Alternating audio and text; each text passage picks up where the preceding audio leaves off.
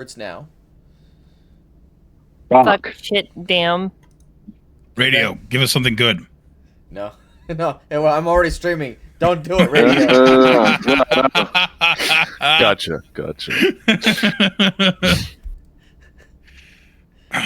Radio's the wild one. Hang on. Is the music actually playing? Radio's the best with this stuff. It is playing. It's just quiet. Alright. Why is it so quiet? I don't know why it's so quiet. Here we go. That feels better. Oh god. It's playing double in my ears. Hey, you gotta mute the stream. So, as a recap, so the party, having finished your discussion with the Sarian, took on a quest for the guild. They met Sir Thomas More, who had details of an orc attack on a village to the west of Stonecall. The party went to the merchant's quarter to purchase supplies, and they picked up various goods from the general shop, and Malachar went to Henry Black to pick up his equipment. On his way out, he witnessed two cloaked figures going into a bookstore called the Veiled Page. Malachar went to investigate and found that the shop had only the bookseller there, and after a small back and forth where the bookseller demonstrated unnatural knowledge of Malachar, Malachar tried to bribe the bookseller with for information about the cloaked figures to no avail. The party then went to the Arcane Arbitrage and Enchanter's Emporium to purchase goods. Delgar waited outside and witnessed three cloaked figures leaving the bookstore. Thomas and Nick both tried to trick the seller to haggle with a magical coin, but failed. They purchased a mystery key and an ice acorn. The party then left to head towards the village that was attacked. As they were setting up camp for the night, they were ambushed by bandits. They defeated the bandits with no issue. The following day, Raven disclosed that she did not know her true age, and that Raven was just a name. Delgar said that he didn't like dwarves, despite being one, because they tried to kill him as a baby. Speaking with the village chief, they discovered that the orcs had come through a few days prior and that they had captured an orc. The party interrogated the orc and learned that he was Hegfog from the Drumbut tribe. They had attacked because some humans had stolen the great Spear of Drumbut, so they had retaliated by attacking human villages. The party found that they were being watched through some means and left the room temporarily, then asked the village chief to allow them to take the orc as their prisoner in order to stop the attacks. He agreed, and they freed the orc to have him lead the party to his tribe, which numbered to be about 300 orcs. So, you, as a party, have just left the village. You have Hegfog in shackles, and you are walking to the north as he's directing you.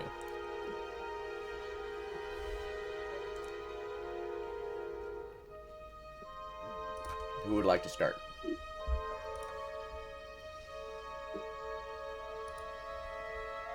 Do we have a plan of action for when we reach the village?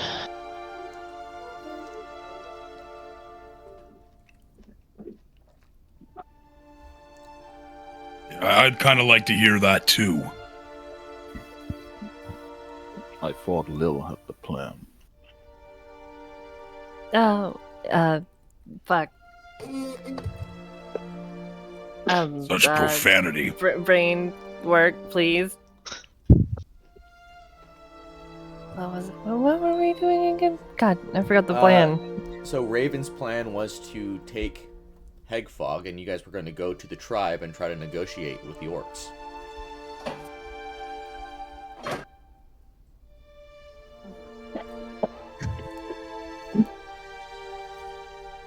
Or at least that's what Sir Thomas More decided to do, but he's just over here disassociating real quick. Thomas. My brain is too, I feel that. Punchy.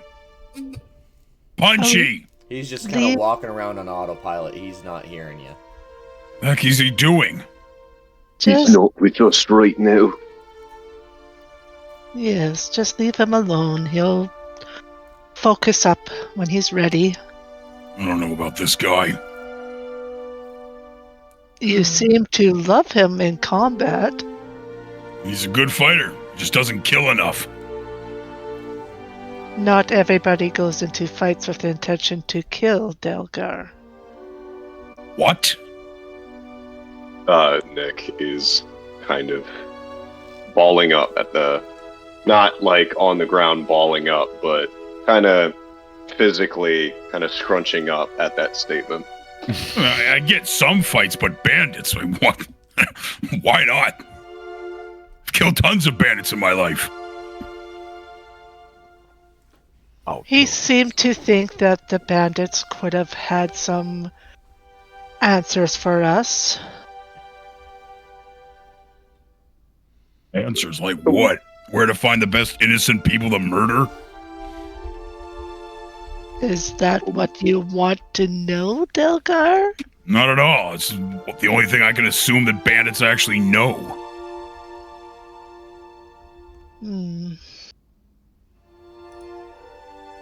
Some people are beyond saving. Agreed. Yeah. I gotta agree with both of you. I mean, Delgar's absolutely right. There's no place for outlaws and anarchists in this world. But Malaya's also right that we could question them before we kill them. And in many ways, by killing somebody or chaining them up and removing their honor, making yourself judge and jury before you know the story, does make you an outcast or a rebel to others. Yeah, I live in the woods. You're not in the woods anymore, Delgar. As long as you're trying to find this artifact, as long as you're with us, you're going to have to get used to the fact you're not in the woods. He may be out of the woods, but we're not fully out of them yet. Yeah, fine. I'll play along.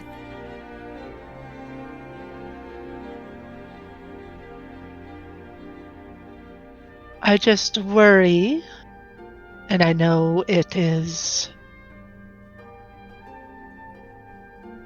difficult for me to voice this because my last concerns were not welcome, but I just worry that walking him in like that is not going to get us on the best footing to find the answers we need. And that's why we're not walking in. We're not gonna go in to see the orcs? You're gonna give him the feather, right? I'll have... Well, fuck, what's his name? Hegfog. I'll have Hegfog deliver the feather to his chief, and we can have a conversation from there. And you're confident that the orcs would welcome a strange voice, a stranger's that they have not met in their mind, unknown magic? Whether they accept it or not, it's a far better alternative than walking into an encampment with 300 hostile orcs. I agree with that. Besides, if it fails, we won't be surrounded, and we can do something else and change the plan. But talking should always come first.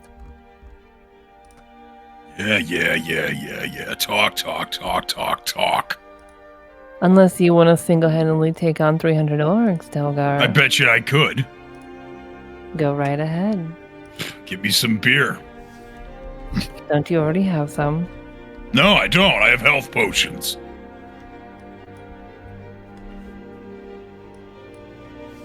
Please don't go in there, Mr. Delgar. Don't worry, I'm not actually going to. Unless this plan fails. Even if it fails, please don't. When we get there, we can see what opportunities there are. But until then, we don't know enough to make a real plan. Does anybody here has experience with orcs? Killed a few. I have worked with a few. They're not all bloodthirsty, animalistic.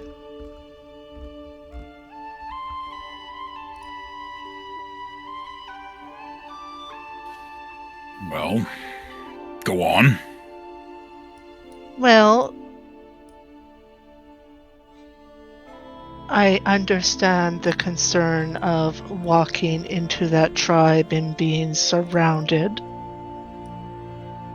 But you don't have to send everybody in to talk to the chief. Okay, it'll be just me and Nick then. Well, Well, we have can to start go with into the no camp. one. If I can't make at least some kind of peace in the minute I have, speaking through the feather, then we can take more risk.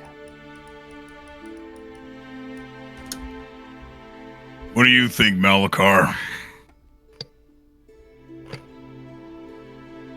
I guess we can always turn to violence later. If it comes to that, we're gonna need more of a plan.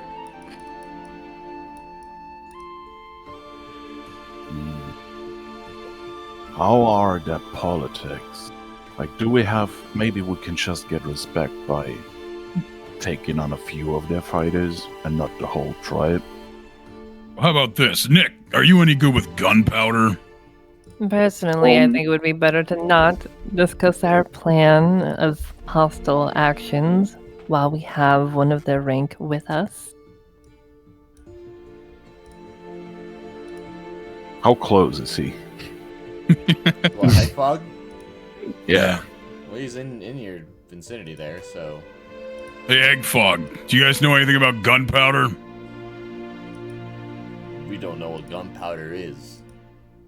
Oh, yeah. We got this. I've never handled the stuff myself. I don't have nearly the budget for it, so I never really considered the thought. There goes that plan, then.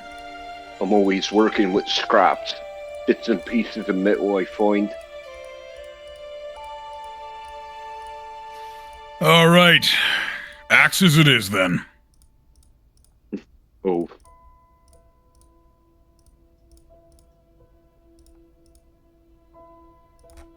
I'll be back in 2 seconds. That is not the arrangement of our contract to enter into combat, Delgar.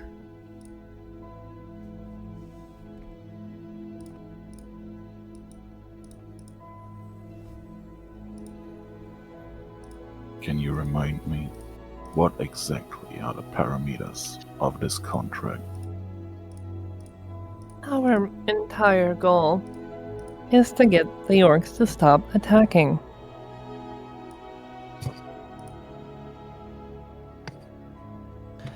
Whether through peaceful means or violence, it doesn't really matter, as long as the orc attacks cease.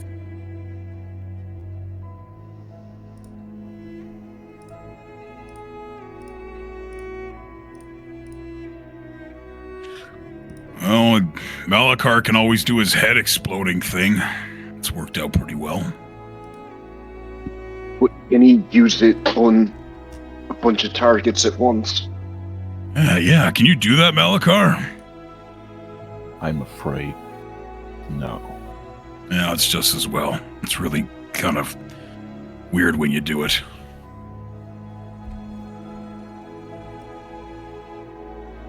What does our prisoner think? Will we have to do this the violent path, or is there a chance to solve this peacefully? Well, I suppose that depends. Whether or not Chief Kobum will... I don't know. A lot of our tribe is driven by honor, so if you were to engage in a battle with one of the champions and come out on top, he might listen to you. See? That's what We I meant. battle. Well, to present ourselves as actual honorable combats, I would recommend we restore this gentleman's honor to him. What do you mean? I mean, let him go.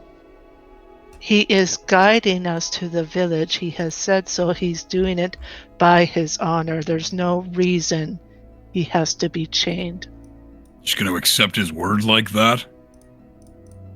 From my experience with honorable orcs, yes, I would accept his words. If it makes you feel better for me to accompany him and put myself in danger, when I don't perceive any, I'll do so. I just think, especially with him saying the best way to get an audience with the chief is by honor and honorable combat. I think we should let him go. You too, Nick?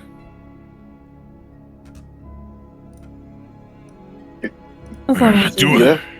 as long Do what as you he's want. Sight of the camp, it doesn't really matter if he's chained up or not. Once he's in there, he's gonna be free anyway. If we free you from those chains, will you keep your word? I swear to you on my honor. Insight check. This is the man who already lied to us about a cougar attack when he actually just stabbed himself. Where was his honor then? I said bear. Bear, cougar, doesn't matter. You stabbed yourself and lied to us about it. I would like to guide me an insight check then.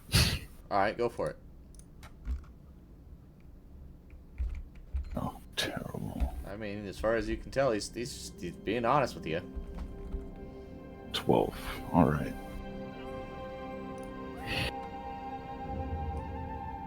I wanna do the same thing, but I'm gonna do Kenku recall and give myself advantage on this one. Okay.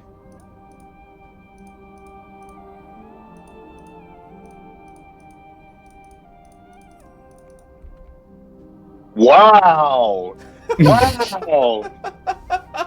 Damn. I got 2 natural ones. Can't get better than that. Really can't. Oh, Nice to get get the- It's good to get those nat ones out of the way. You know this, right? Alright, just humor me. Roll it again. I want to see if it's just that you're stuck on ones again. Or something. Oh, good point, No, good point. Yeah, I will humor you on that.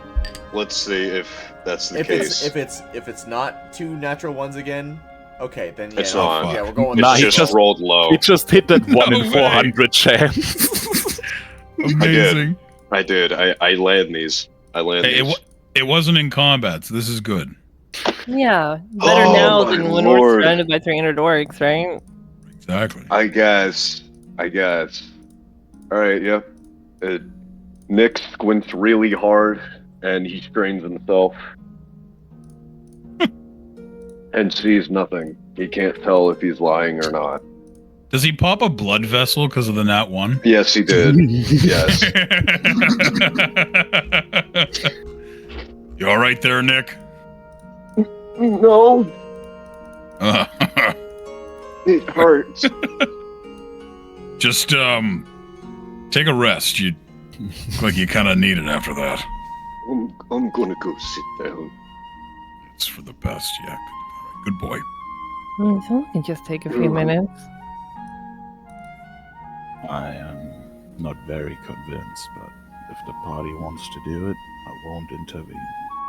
Do what you want, but if he runs away, I'm gonna say I told you so. If he runs away, we'll just chase after him. It's not like he can get very far. You're gonna chase after him? Maybe I the won't. elf. I wouldn't go either way.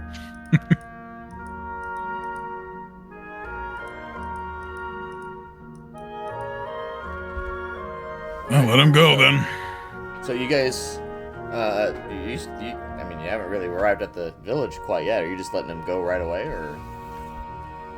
Well, we can free him of the manacles, but, like, he's not really gonna go anywhere without us following, so... I throw the keys at you. Your choice. Who do you throw the keys at? Me? I did. He's throwing them to you. Okay. Delgar readies his axe.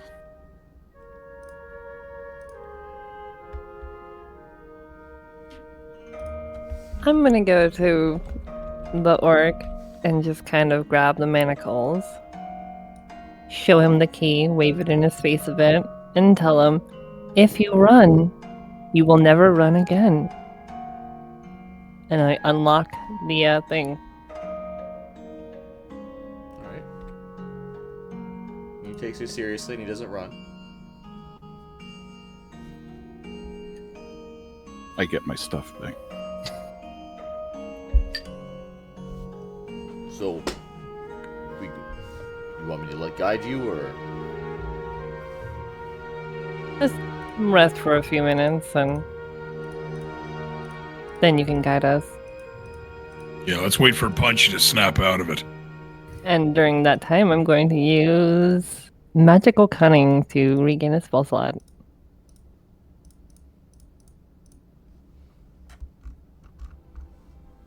Alright.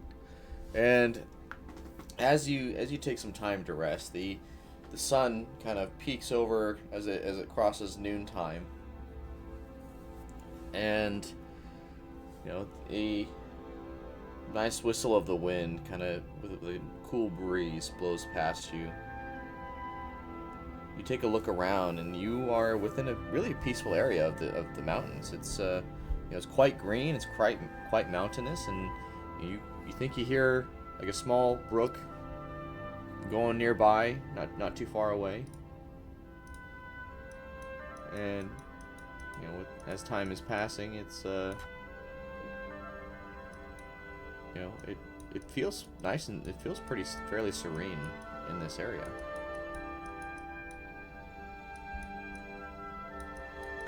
We don't need to take more than 10 minutes, not even a short rest.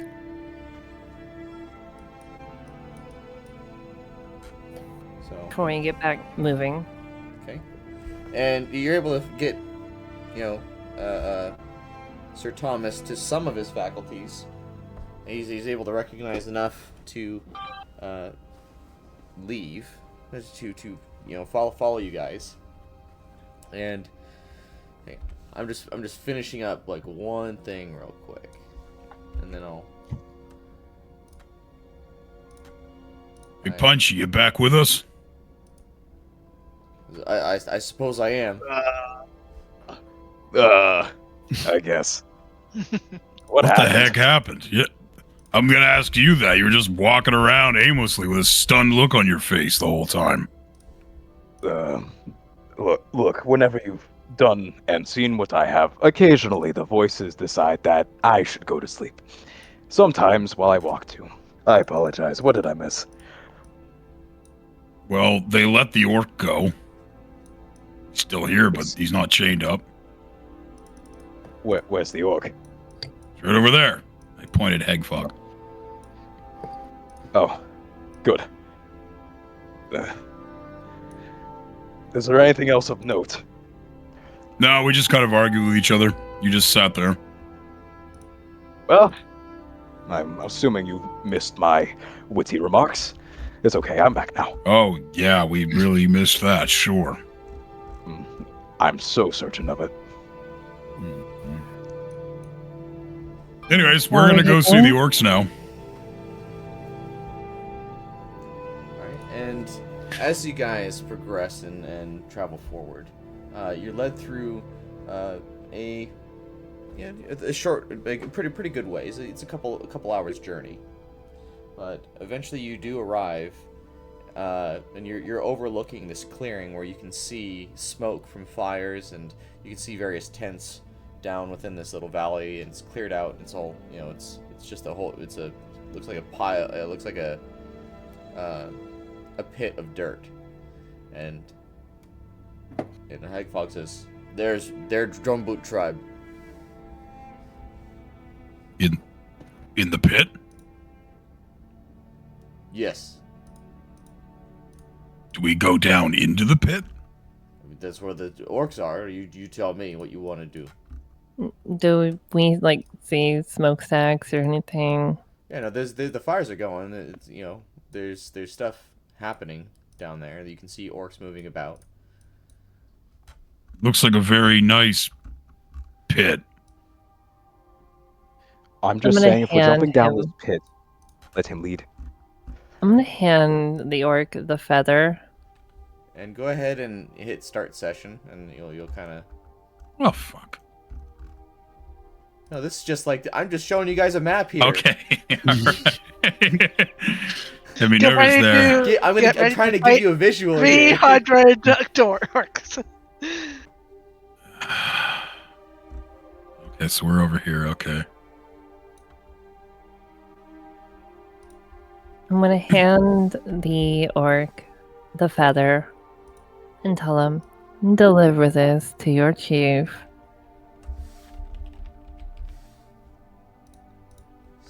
This is okay. What if he wants to speak with you in person? We'll talk first through that. And I point to the feather again. It's okay. And you see him hop down, and he's maneuvers through all of this. And then you see him run all the way over here, through here. He runs funny. And he disappears within this tent. I hope you know what you do. She seems confident in her abilities to talk through magic. Let her do it. Let's just hope these orcs aren't against magic. And I'm gonna be watching his movement through, fuck, I can't think of her name. Jesus. Phelan. My raven, who's following after.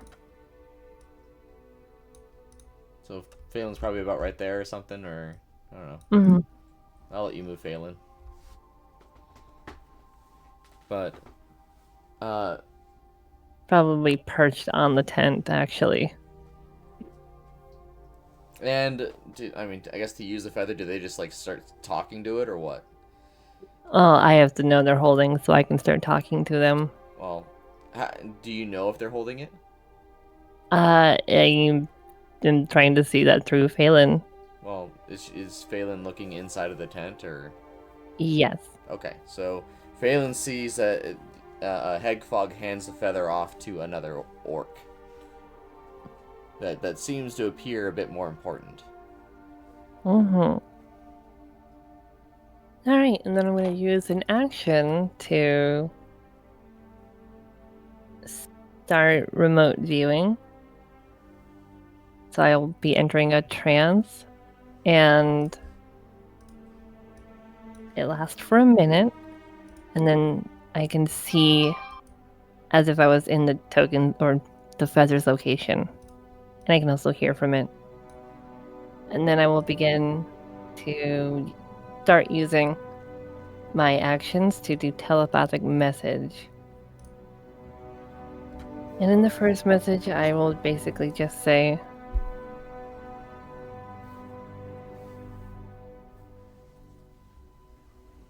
oh my god, my phone is blowing up, sorry. I won't say that through the feather.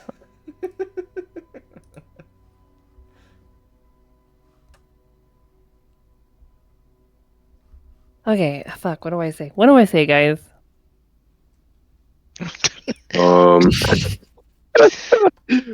Well, that's the problem. You're the one in control of what you say. The orc just kind of taps on the feather. Hello, is this thing on? Mic check, 1 2 1 2. Oh, Oh my god. Just say we read you over and then we could talk about it. We've been trying to reach you about your extended warranty. Oh my. I mean, just call him Not over the if you IRS. don't know what to say. That's Fuck, probably what just was it. the orc chief's name? Huh? The orc chief, what is his name? Koban. Ironlance. Yeah, Kobum Ironlance. And as a reminder, we wanted to verify the information that their artifact got stolen. Okay, I'm gonna start the message by I have 25 words, so I gotta count them out here. Because I have 25 words every time I use this action.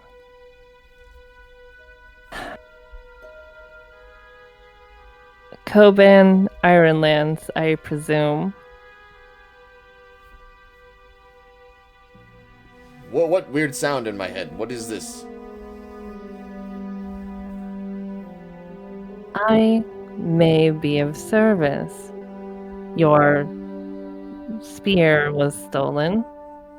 Yes, it was stolen by filthy humans.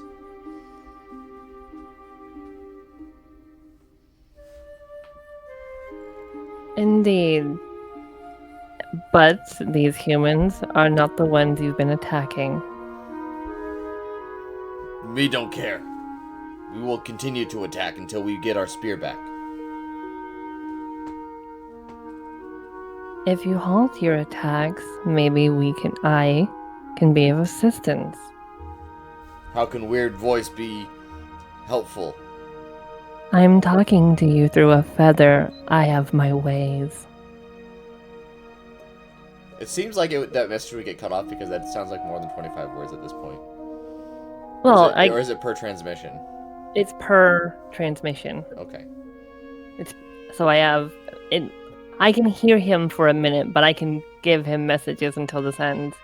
Oh, okay. I was confused if you only had 25 words. No. Okay. It's basically 25 words per action, so that's 6 sections. She has 25 words every 6 seconds, so for a minute she would have whatever... 250 words. 250 words. Okay.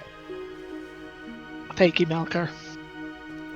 Well, if you're here to help, come down and talk to me in person, like a real person, or like a real one. I don't know. I messed that up, but whatever. Yes. Oh, good. That can be arranged. Just wanted to make certain that we would not be attacked on the spot, as some of us are human.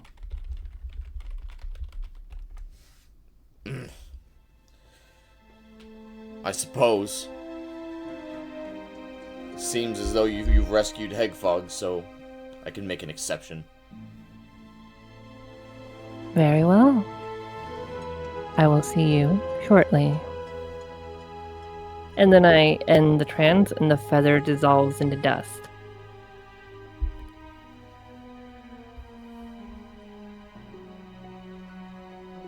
Alright. They won't attack us if we go down there, at least not immediately. Who's willing to go down there?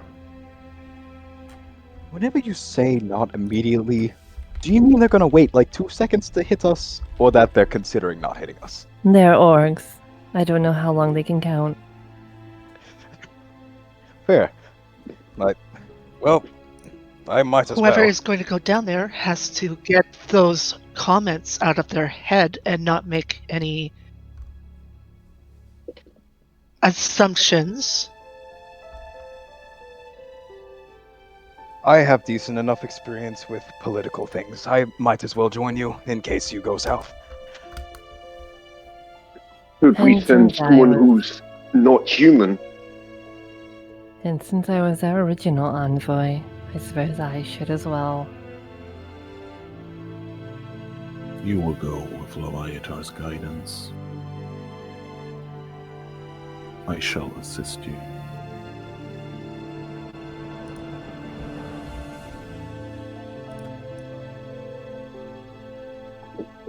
Delgar?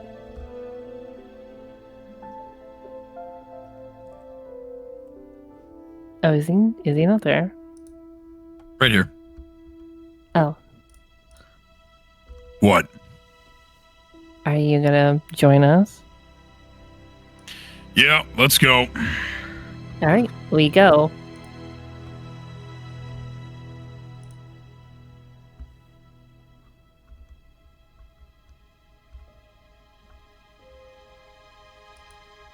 All right. So, if you want to move your tokens around. Yeah, I'm going to be honest. I've been having slight issues with that. I can't get open. It's slippery right here. Just watch your step. I've been wondering why the thing is lagging so badly, and I forgot I turned off hardware acceleration. All right. And as you're walking in, you see orcs kind of side-eyeing, the first 3 of you and 4 of you that come down. Hello. Who's gonna take the lead here before we? Delgar's in front. Oh, I did the topic for the conversation. Then I'm gonna touch you and say, be careful what words you choose. And I cast guidance on him. Since there seems to be more than enough people in the tent talking to the chief, Malia's going to stay outside and sort of investigate around the area to see if she can find any clues to the disappearance. I'm going to notice a lot of people leave as well, and I'm probably going to be inclined to stick around her just in case he's... Okay, and you see that there are a good number of orcs just kind of. I don't have all. If you want, I can put a whole bunch of tokens down. But there's a whole lot of orcs just near the fire pits. The word is spread quickly about visitors showing up and that they should be unharmed, and that even the humans are not meant to be harmed. And they're cooking various meats that are familiar to some of you. It appears to be like elk, deer, just mountain animals that are cooking. And as you're waiting out in front of the tent,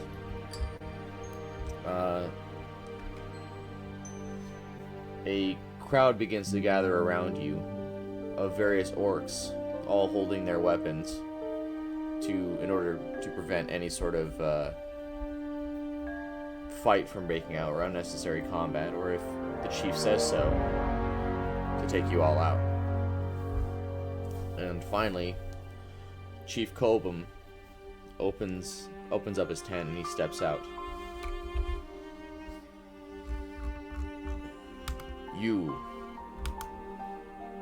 Let's see, we have an orc, we have a chicken, we have some humans.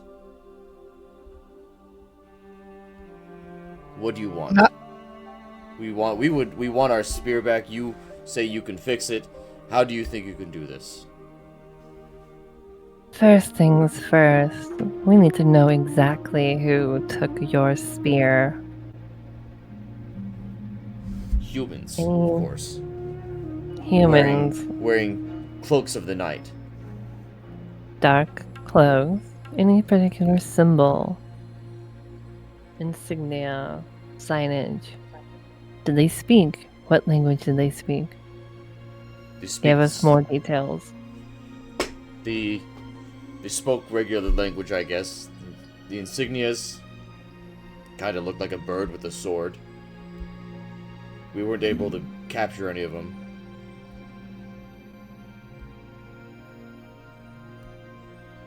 I think we have the same enemy.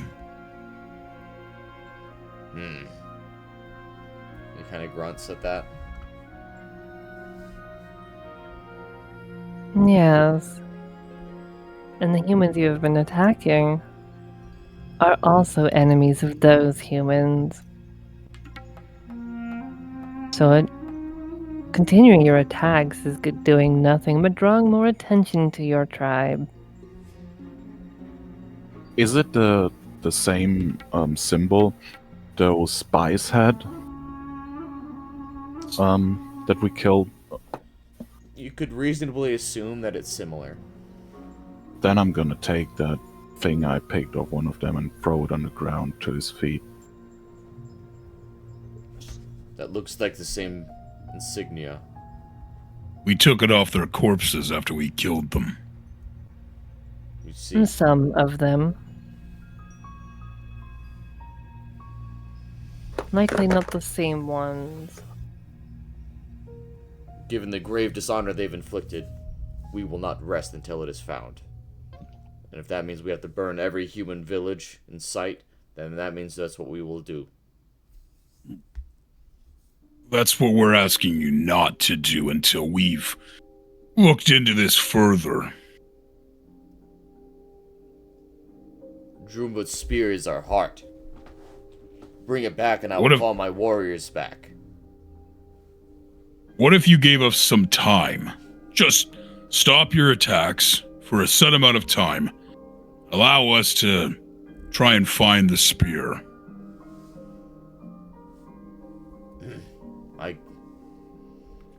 I guess that could be arranged. Give us 2 weeks. We might need more than that, given 3 travel days. time. Give us a month. 3 days. How about 3 days plus a month? No, we will not do that. I tried. Well, 3 days buys us some time. Our honor will not be restored until that spear is returned. Understandable. But You do wasting your realize men here.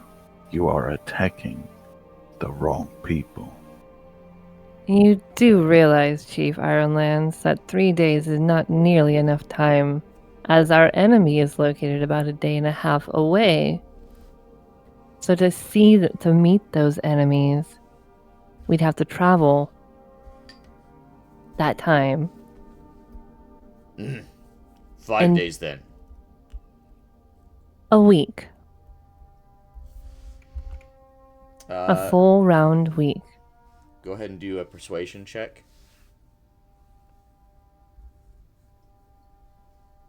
Hey. I'm going to say 12. Persuasion. To succeed, you need 12. 18. Fine then, a week. But only because you returned Hegfog. That is all we need. Very well. And he kind of grunts and nods his head, and the orc crowd begins to disperse. Does the chieftain, is he carrying a weapon? Yeah, he's carrying a club with him. It's a pretty nice club you got there. Took it off one of my dead enemies. Yeah? How'd you kill him? Stabbed him with a spear. Took the club. Now I have a spear and a club. Nice. I like that. And speaking of the spear, can you show us exactly what it looks like? I don't have anything with me. Make a drawing or something. Says, you there! And he points over at one of the shamans. Draw for them. But I need to ask, why do you smell like death?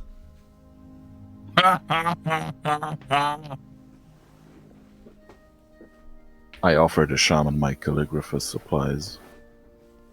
You I'm got gonna- a curious smell too. I'm gonna start showing off my axe to the chieftain. This is my axe. The chieftain kind of narrows his eyes at Raven for a little bit, and then eventually turns. That is a mighty fine axe. How did you get it? Did you earn it in battle? Well, I killed the guy, and then I sold his stuff, and I used it to buy this axe, so I could kill his friends. Sounds like you won it through battle either way. I'd say so. Well, if you need any hospitality, we can offer it for now. But you have 1 week. 1 week. The shaman will provide a description and a drawing for you.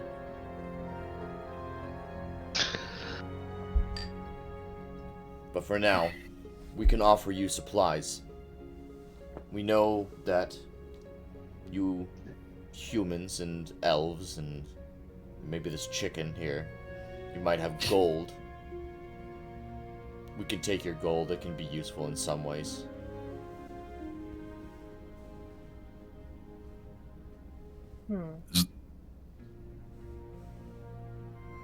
What supplies do you offer? We can give you meat. We can give you a place to sleep.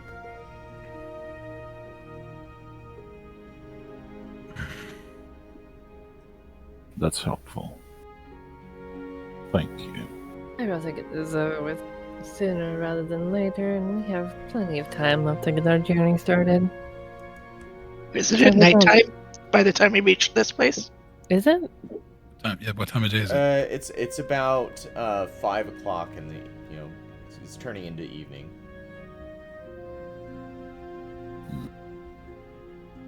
Well, if I can have some of the elk that you're cooking, I'd appreciate that. You! And it goes, jump up! And they start carving up some meat. Oh, that looks delicious. And as they come over with a nice fat hunk of meat, I'm assuming you eat it. Yep. Alright, and you can tell that it is really, it's fantastic. It's just probably pretty, it's really heavily salted. It's maybe a little bit too much to be bearable. No, well, I mean, it's just within being bearable, but it's just, it's too much salt on it.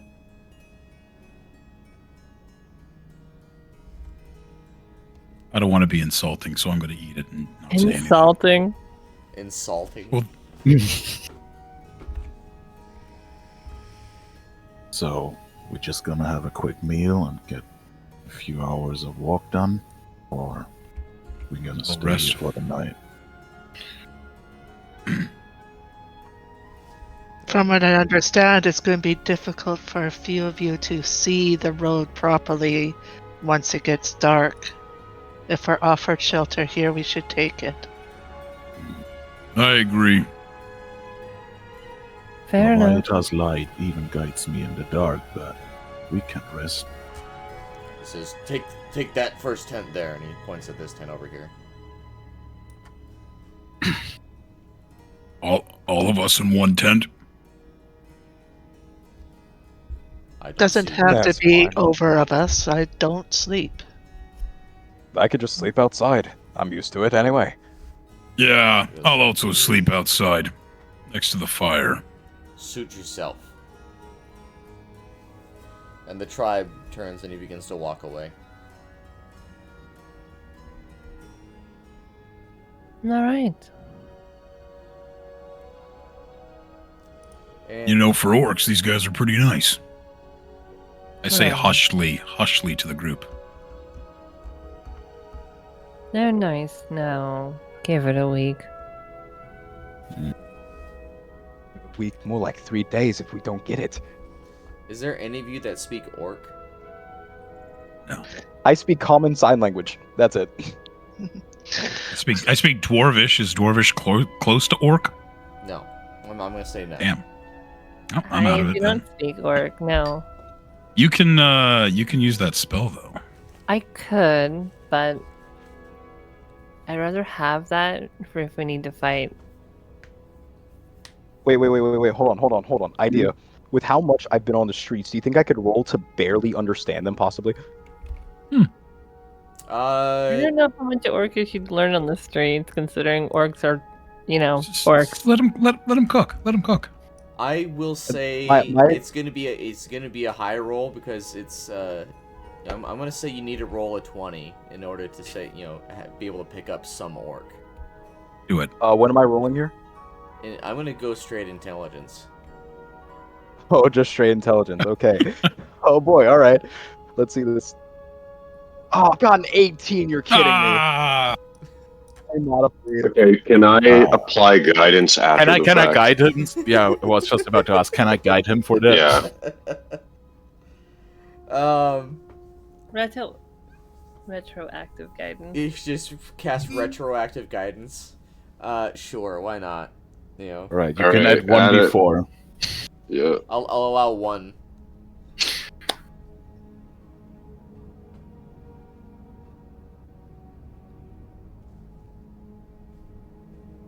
You roll it, though. It's a part of your role, yeah. See. So,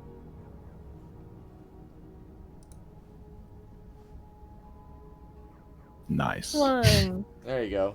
You're able to pick 21 up with some of that the hero. words. And you hear over Some of the, near the fires, there's a shaman speaking to some younger orcs about Drumbut the Great. And he's telling a story about... I'm gonna. Go for it. Oh no, I'm gonna whisper over to my party. I think that's the shaman. I think I can understand a little bit. I'm gonna go listen in. Don't get your ears chopped off.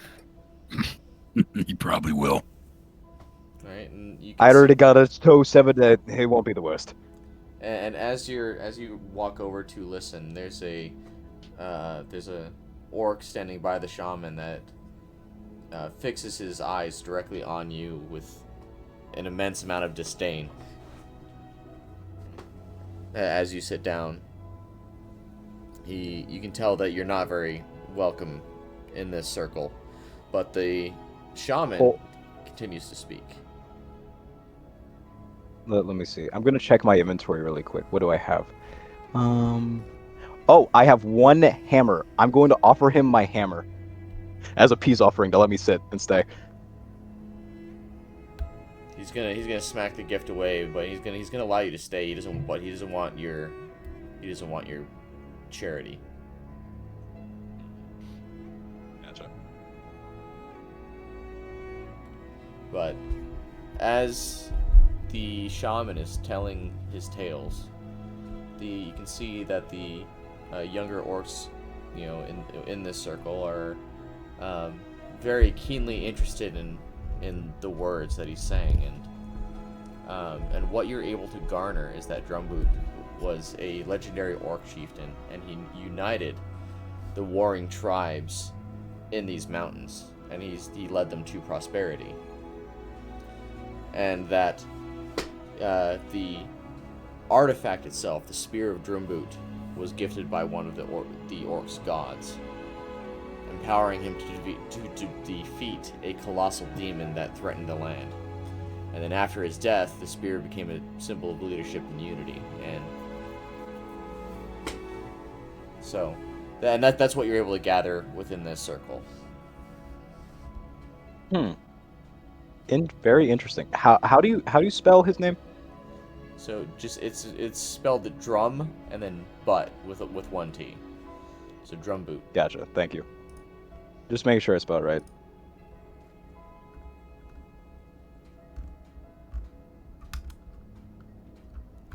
So Right. Sorry, I just had to write that down.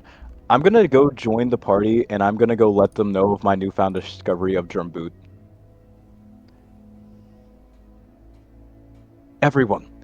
So I think I might be able to understand what they're saying, and apparently Drumbut was this great war hero.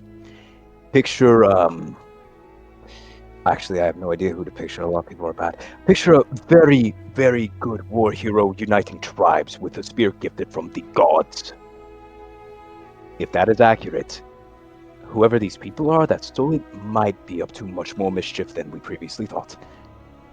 We already knew that. Not about the orc chief, whatever. But we knew these people are in something far deeper than it initially seems. Ah, I'm just slow then. There. No, I Either way, mean, though. could you listen to more of what he's saying? I think so. But I'm not sure if he accepts my gifts. Tried to offer him a hammer and he took it as charity. Probably because you're a human. Most likely. Delgar, maybe if you sat with me, he might be more willing to possibly conversate. Yeah, sure, maybe they've got some booze. Fine. That salty elk has me all dried out. I need something to drink. I will cast comprehend languages on myself. and then listen to it through. I'm not gonna walk over there. I'm just gonna listen through Phelan, overseeing it. What the shaman story? Mm-hmm. Yes. Yeah, and you largely get the same information. You get a bit more of the specifics. The shaman introduces, like, he speaks his own name. His name is Groktar, and let me put that in there real quick. His name is Groktar, so Shaman Groktar, and the specific god that had gifted the spear to Chief Drumbut was named Gruumsh. And let me go ahead and... I know how to spell that one. Huh? I know how to spell that one. Okay. But does Liliath religion check? Can I do that? Is that good to make a check? Yeah. Okay. Whee. No, 10. That's actually not too bad.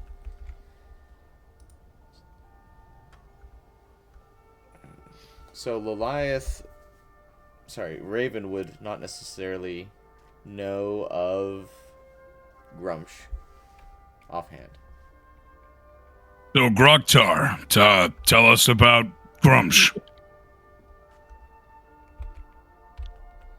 And he kind of eyes you in a very strange manner, and then begins to ignore you.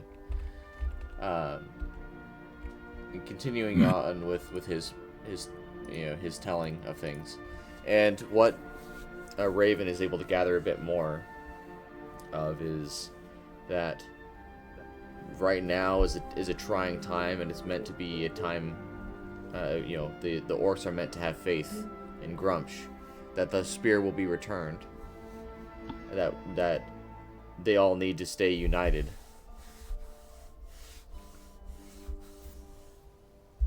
Are there other tribes nearby? One of the other orcs, and not the shaman, will say, there are no other tribes nearby. We have all united under Drumbut.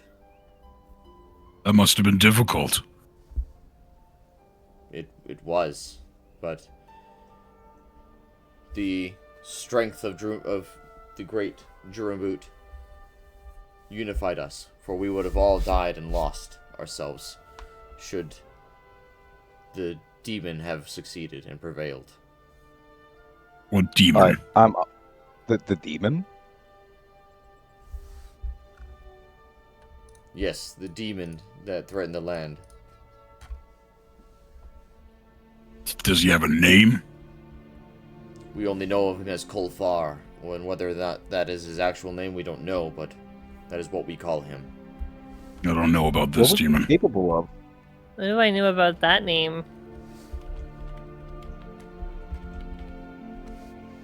You wouldn't know anything specific about that name. It's actually just the orc's name for that makes sense. in their language it would mean tainted one. Do you guys know of a demon named Fulgus? We do not know a name with a demon by that name. Damn. Fulgus, what? You're gonna have to tell me about Fulgus later there. We'll talk about him and his others later. Fair enough. Everyone has time for the brooding backstory. What of this demon you were speaking of, Orc? If you mind. What do you wish to know? He brought pestilence. He brought famine. He brought disease. What did he look like? He was a tall demon that had the image of rotting flesh. Ants crawling from his skins as it peeled off and melted the ground beneath him.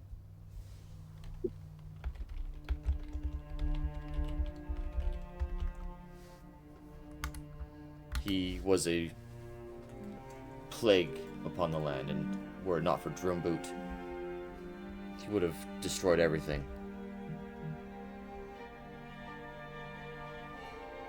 Wow. I must say that causes a little bit of fear in me. I'm happy to know you're at least okay, though, for the most part. Which we are grateful that we had such a great chieftain. And he kind of sneaks another glance. The specific orc kind of sneaks a glance over at Raven. I'm in the tent. Well, he looks over towards the tent.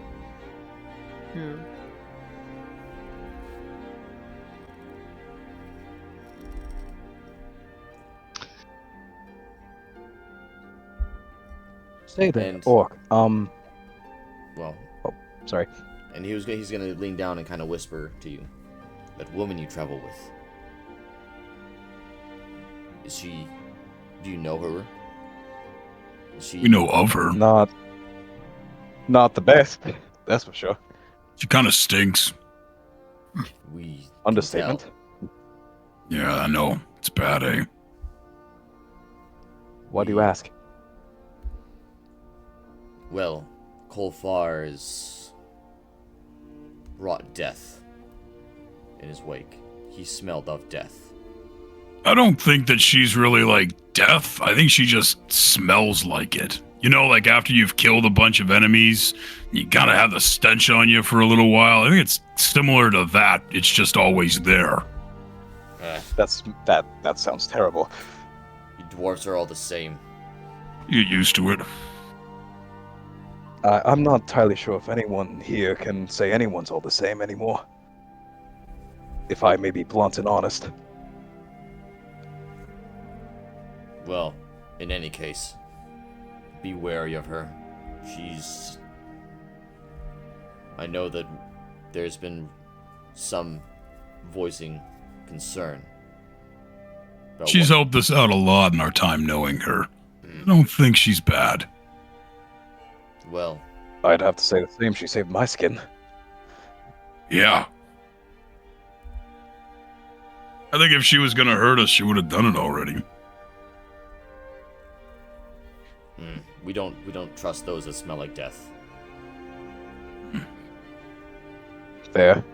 Honor and trust and all that, I assume, is important to you. But rest assured, us coming here peacefully was her idea. You can thank her for everything. How we're trying to save your tribe and the spear.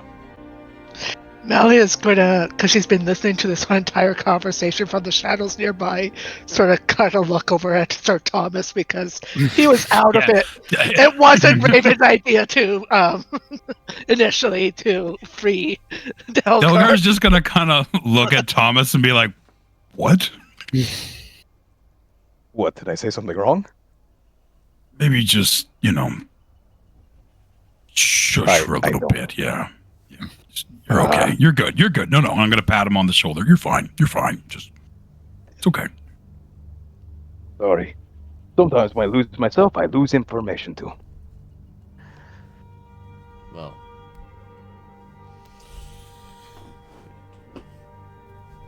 so at this point, the shaman finishes up his storytelling, and he basically tells all the younger orcs to shoo off, and he begins to walk slowly back to his tent. As the night seems to come to a fall.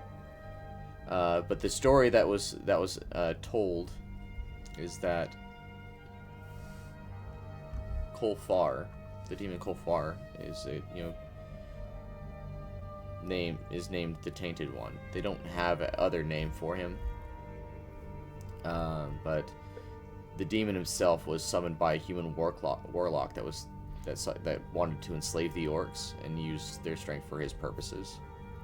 The demon betrayed the master, killed the warlock, and wrought havoc upon the land. He spread disease, despair. He obliterated landscapes. A great number of orc villages fell as a result of it. I'm gonna lean over to Sir Thomas and whisper, "Can warlocks really do that stuff? Summon demons that bad?" I know much of dark arts. You will not believe what is possible if you shake a certain hand. Ugh. I knew I didn't like magic. You don't want to. Mm. And then the actual battle with Kolfar, Drumbut knew that the demon couldn't have been beaten by conventional means. And one night, there was a star that fell from the heavens and that contained a strange metal. And they forged that metal into the Spear of Drumbut. And Drumbut faced the demon in single combat and was victorious, sending the demon back into the abyssal realm. Elgar's going to clap at the end. And thus it became a sacred relic, and it was passed down through generations as a symbol of leadership and unity. And it was believed to contain a fragment of the Great Drumbut. And that the spear's power could only be fully harnessed by an orc, and as it rejected any others that came into contact with it.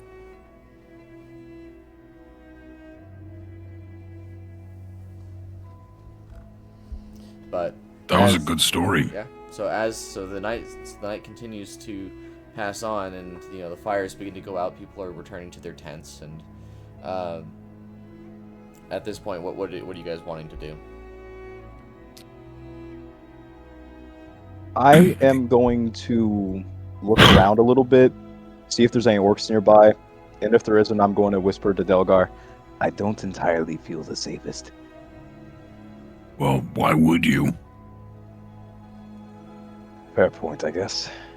We just kind of have to trust that they have honor and are going to uphold their word and not slit our throats in the night. I just have an uneasy feeling. Can I make a perception check around me? Sure. Sweet.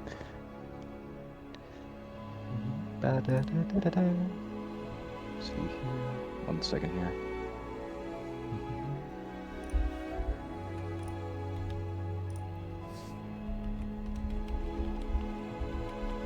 And 19.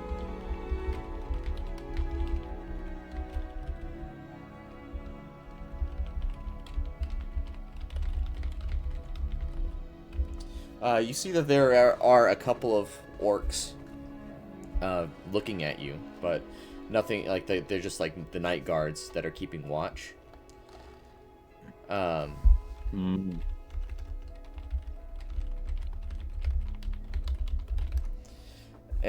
they, they're obviously wary of humans being in your camp. That they don't trust humans, and they don't trust outsiders. But nothing specifically out of the ordinary. I'm gonna shudder a little bit, and I'm gonna turn towards Delgar here, and I'm going to say, please, just I'm going to go to bed. Watch my back. Yeah, I got you. I'll sleep close by. No, you don't have to. Just watch my ass. Yeah. Maybe stick close to Malia. She doesn't really sleep,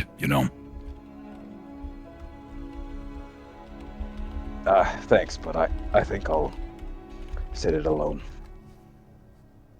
Suit yourself. Delgar's gonna lie back and just kind of put his hands behind his head and relax as much as he can. I'm gonna try to go to bed, but I'm gonna keep freaking out. Yeah, I'm not even trying to sleep. Just sitting in front of the tent and keeping the whole night watch. Delgar begins snoring.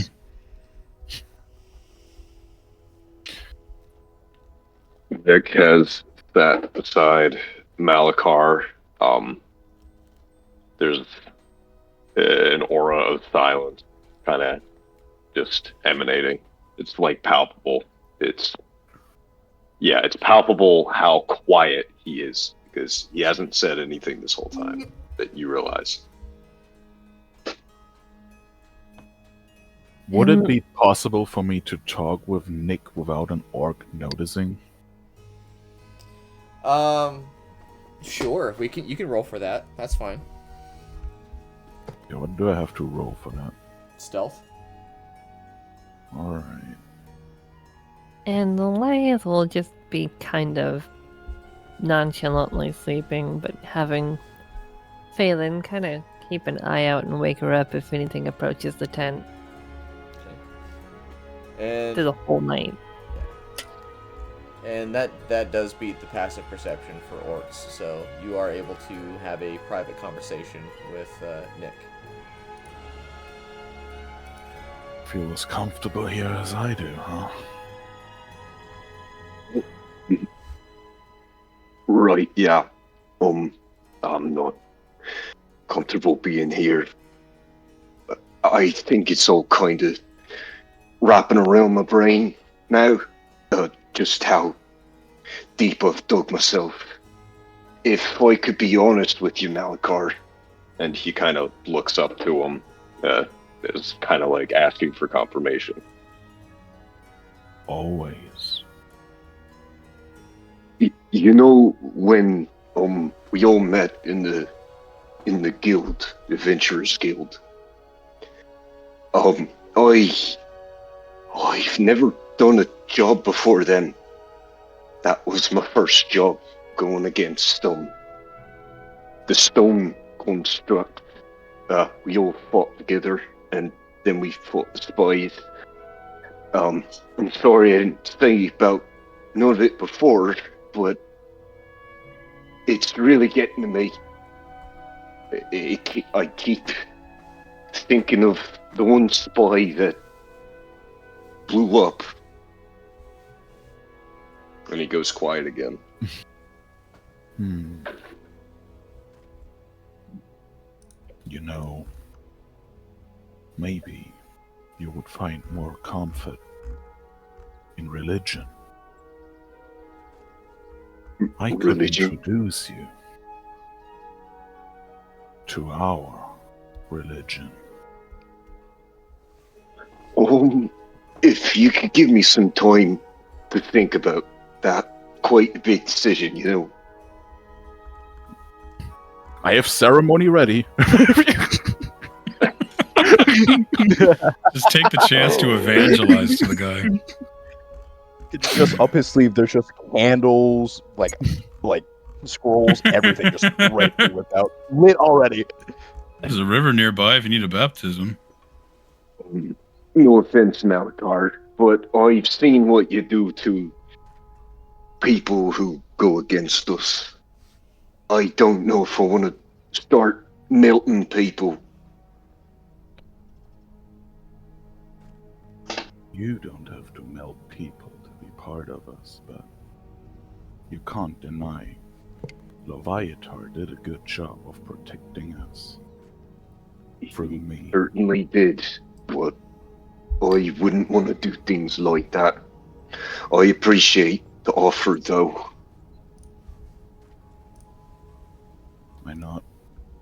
Just so you know, you get a D4 on every saving throw for 24 hours. I will think about it, okay? That's move on. Alright. Yeah, guess I will just sit here and keep watch. So they don't like backstab us.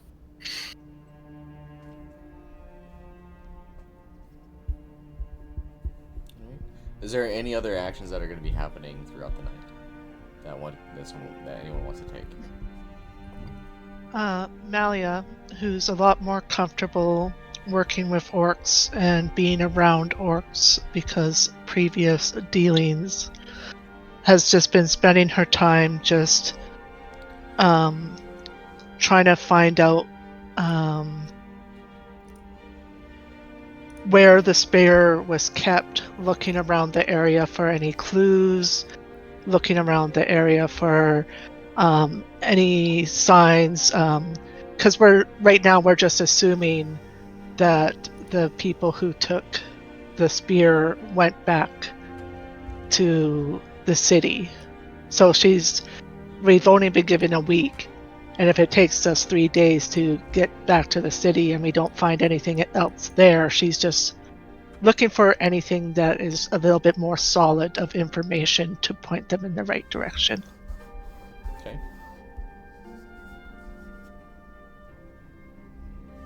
So you can reasonably assume that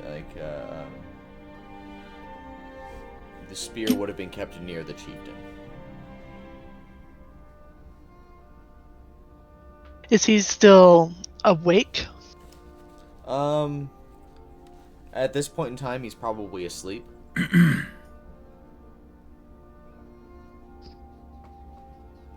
Then she won't, because it'll be a bad sign if she enters his tent while he's sleeping. Speaking of people going in, but she'll just look around his tent for clues. Okay. Go ahead and do an investigation check.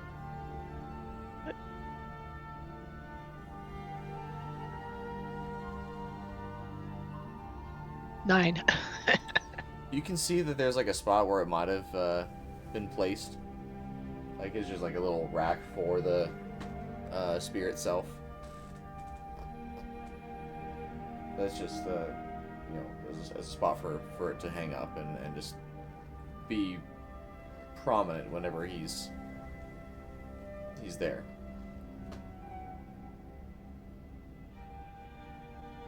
All right.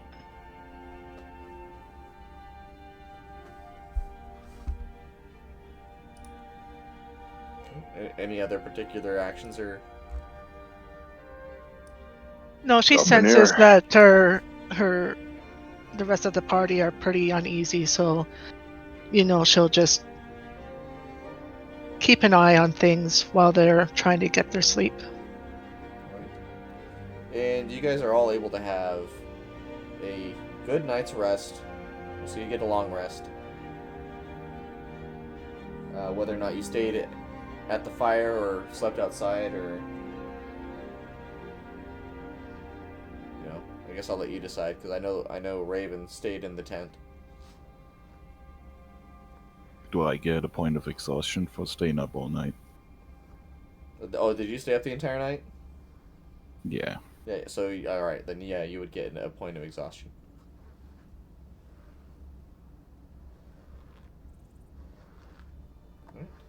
And as the sun begins to come up, you see that there are various orcs beginning to organize and head out into the forest to go hunt for food.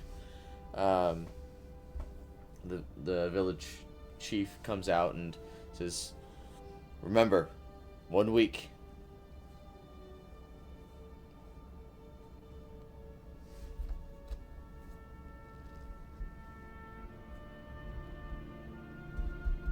Return with the spear, or we will continue our attacks.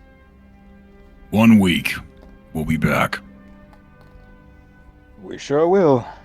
Hopefully. I don't know about the rest of you guys, but I slept like a baby last night. Congratulations. I don't know how you managed to do that. I've slept in worse places. Yeah, so have I. But even I struggled. And as there's one orc walks by and he kind of points at Nick and he says, "Are you gonna eat that?" Wait, no, he's not food, he's people. Oh, okay. Yeah, sorry about the misunderstanding. Yeah. If you were to look at Nick, he has his hand on his dagger at the ready. Don't worry, Nick, we got you. All right. We're gonna get out of here, buddy. Don't worry. Really not to. Speaking of getting out of here, should we try to do that soon, or do we actually have an idea of what we're doing? Well, I was going to wait for breakfast, but if you guys want to get on the road, let's go. I would rather leave sooner rather than later. Agreed. Yeah, the meat's too salty anyways. I could probably cook you up something better from a rat, to be honest. No offense. Honestly, rat's good eating. One of the orcs perks up, says, "You guys have rats? We'll eat No, them." it was exaggeration. You just tell that the orcs are becoming a bit more nosy at the mention of any sort of food. Yeah, we should probably go. So, For Nick's sake. Please. so leaving the village of Drumbut, the tribesmen kind of see you off as you go, with no parting pleasantries. They just want to make sure that you leave, and you begin to make your way back into Stonecall, or towards Stonecall.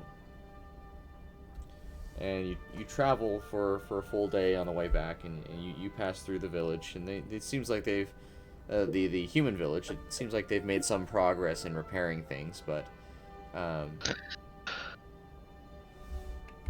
We'll inform them that we've bought them about a week.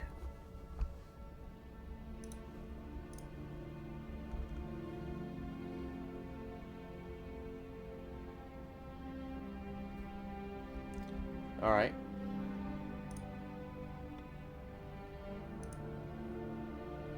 So it's getting night again.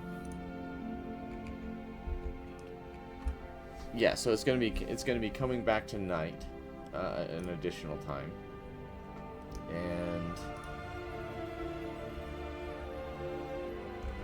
you're now more into the plains. And let me go ahead and populate this player tokens here.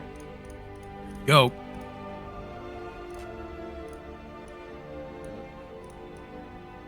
Okay. Oh, hang on. I need it to cooperate with me. I'll let you guys move it around, but you guys are all basically gonna kind of form a circle here. And there's it's a bit more of a hilly area. There's like a hill over here on this side.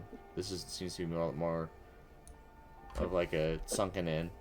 Seems like a nice obscure place to hide for the evening.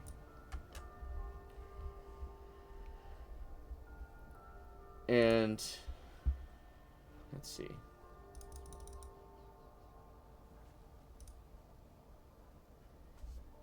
You hear a bit of rustling going on from this general area. Can I? You guys hear that? Can I see what it is? Huh? Oh. Would I be possible see what it is? Roll perception on that immediately. Sure. Sweet. I am also going to move myself so that I'm not directly in the line between the party and it. I rolled an 11. Okay. You're able to tell that it's not a natural sound. Watch Can I out, also there do might be a perception? problem. Okay, sure. Okay. I'm gonna My tired move eyes. myself to the other side of Thomas. That's a 5 total. Oh boy.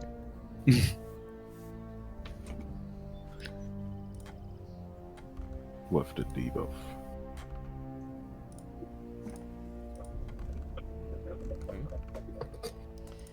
And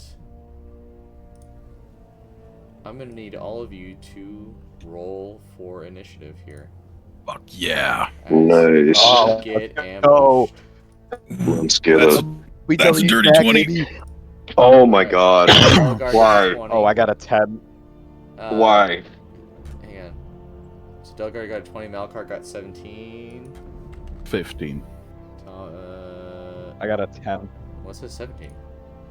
I'm very upset. I get a -2 for exhaustion on D20 checks. Oh, alright. 15. Elias got 15. Nick got 3. Oof. I'm very upset. Very upset. And then Thomas Moore got a 10. And Malia got a 19. Alright, cool. So, since you're getting ambushed, all of them are going to go first. And they're going to be taking some ranged attacks at you. It's going to be happening to the... Hang on, I gotta move the map here. There we go.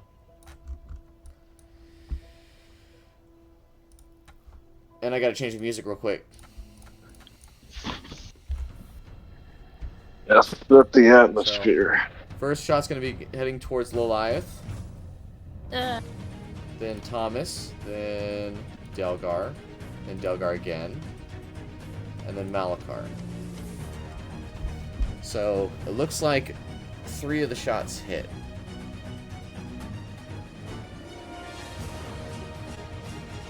So 2 shots hit are pointed at, so the ones that hit are C, E, and A. 2 of them are going to hit Delgar, one's going to hit Malachar. So the first 2, so Delgar takes 8 damage, and then Malachar takes 10 damage. This is a bit more epic than I anticipated. Oh, good. What are you talking about? We just got hit. This fits perfectly. 10 damage.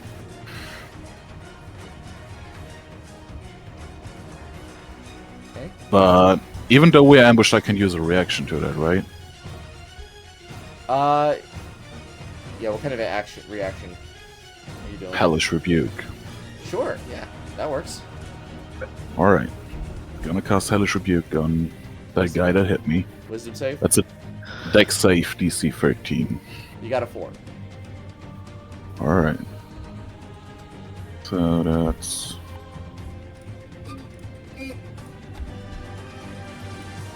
8 points of fire damage. Renaming these make it easier for me to find them. I guess that works.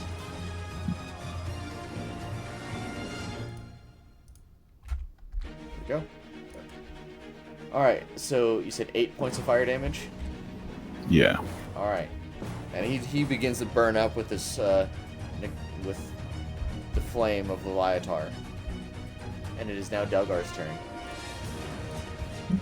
Yeah, so just having been shot with 2 fucking arrows, better believe it's rage time. Nice. He doesn't have enough distance to get to them, but he does have a bow. Okay, rage is active. Wait a minute, Delgar. What if you throw me at him? Am I able to do that? You know what? I'll allow think it. so. That's fine. So, like, are we gonna do a strength roll here? You're gonna do a strength roll, and Okay. the number you get, you can throw him that twice. So twice the number you roll. That's how Oh, many fuck. feet you can throw him. So if you get a 20, you throw him 40 feet. All right, I throw him 22 feet. Okay. Hey, you know And what? then That's enough distance. I'm gonna charge up alongside him. So, So he moves to right about there. Do I notice that these guys are Thorns guards? I mean, it's a bit dark outside. You can tell that they're wearing darker Hold on, let me- clothes. let me run as far as I can. It's 25. So. Gotcha. All right. And yeah, I guess that's my... Yeah, so just like grabbing Thomas by the waist, I just hoist him up and chuck him as far as I can and then run alongside him. Let's go. Okay. It's You're now- in this with me, Punchy! It's now Malia's turn. Oh, say less. All right. And keep in mind, let's go ahead and I'm going to go ahead and make this this here. This is all kind of obscured a bit more because it's a hill, but this over here, it's more. You can see this guy, clearly if you stand up. He's also burning like a torch, right? Yeah. So he's lit up like a candle. Okay. Okay. I am going to sort of dart down here.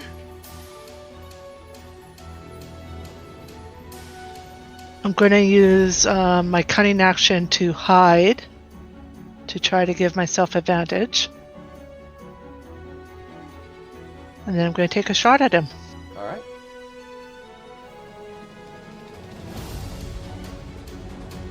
Let's see. First, I have to roll this. I don't know if a 13's good enough to hide from him.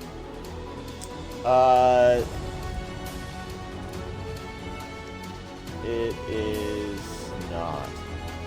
Okay. And this is a straight roll. Not 20 though. All right, that hits. I'm a little dragon that shows up on my thing when I hit a nat 20. That was fun. Sorry, he just growled at me. It was the dragon from the Dungeons and Dragons movie, and he was very cute. So yes, that is going to be 11 damage. Okay. And are you trying to kill him? I don't know who these guys are. I just know some of my allies were hurt already. So yes, I am going to kill this one. Okay. So as you fire off this arrow, and it lands right in his chest where his heart is, and instead of falling over like you'd expect a normal opponent to do, he just kind of evaporates into a puff of like black smoke. Excellent shot. Arcana check? Am I familiar with what just happened? Sure. Yeah, go ahead and do an Arcana check. 13. You're not aware of what kind. I mean, you can probably assume that it's done by some sort of magical pact, but it's not something that you would be immediately aware of, as you would know the origin of it. Even so, I'm going to yell out to my melee guys who are going up the hill. Make sure you're not in exploding range, just in case. Exploding? Hey, they're bombs? Oh, they're not human. Interesting. And let's see, that was 5, 10, 15, 20, 25, 30, 35. Yep, okay. That was my movement, bonus action, and action. Okay. It's now Liliath's turn. Okay, I'm going to... Perfect. Fairy fire. Get them all. Yeah. Alright. That is a dexterity saving throw, DC 14. 13. So B got a 14. 13. D got That's a 22. Oh. C got a 4. And E got a 22. So D and E got a 22. Alright, the other two are fairy fired and lit up. And so that whole entire area. Alright. And then I'm just going to position myself behind. Right there. And that'll be my turn. Alright. It is now Malakar's turn. Alright. I'm gonna cast Guiding Bolt on E. Okay. Light up one more person. Good idea. Ah, that's an 8 to hit. That misses. That's a shame. Are you going to try to move? Yes. Which one but were you attacking?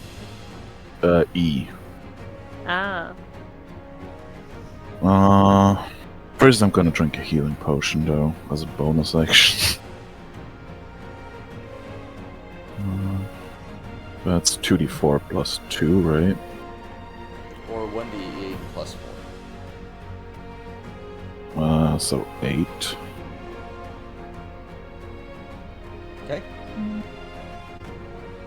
And yeah, I'm gonna use all my movement. Not sure if we should stack. Bali is about to yell out. Also, try not to stay too close to each other.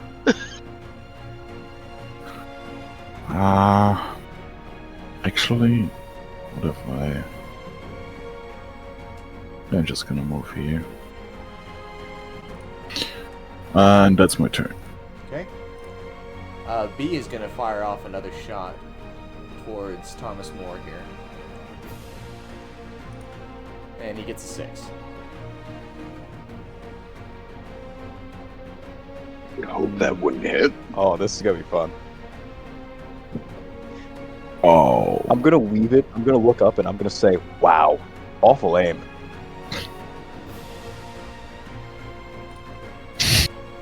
If you want to like do like a really good roast on one of them, I will allow for psychic damage, but you have to like. Oh yes, please. If you are able to roast Please. them Okay. really good. Okay. All right. I want you to listen fully to this. All right.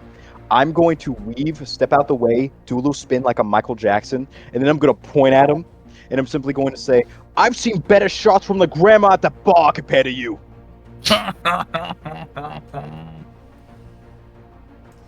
I'm not convinced.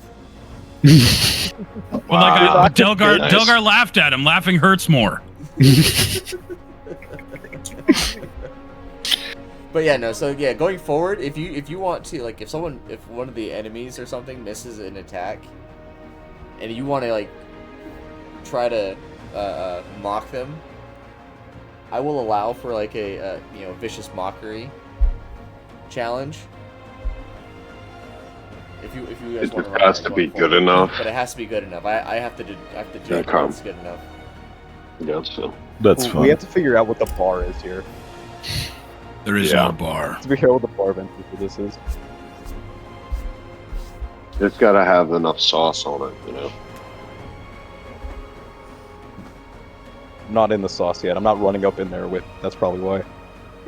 No, You like ain't got the sauce quite yet. no, like if you were to like, I'm not in the bowl. there's one thing that kind of pops into mind, but not super appropriate. But if you were to say, I've seen more back shots at the, I've seen better back shots at the brothel. That's a pretty good one. Mm.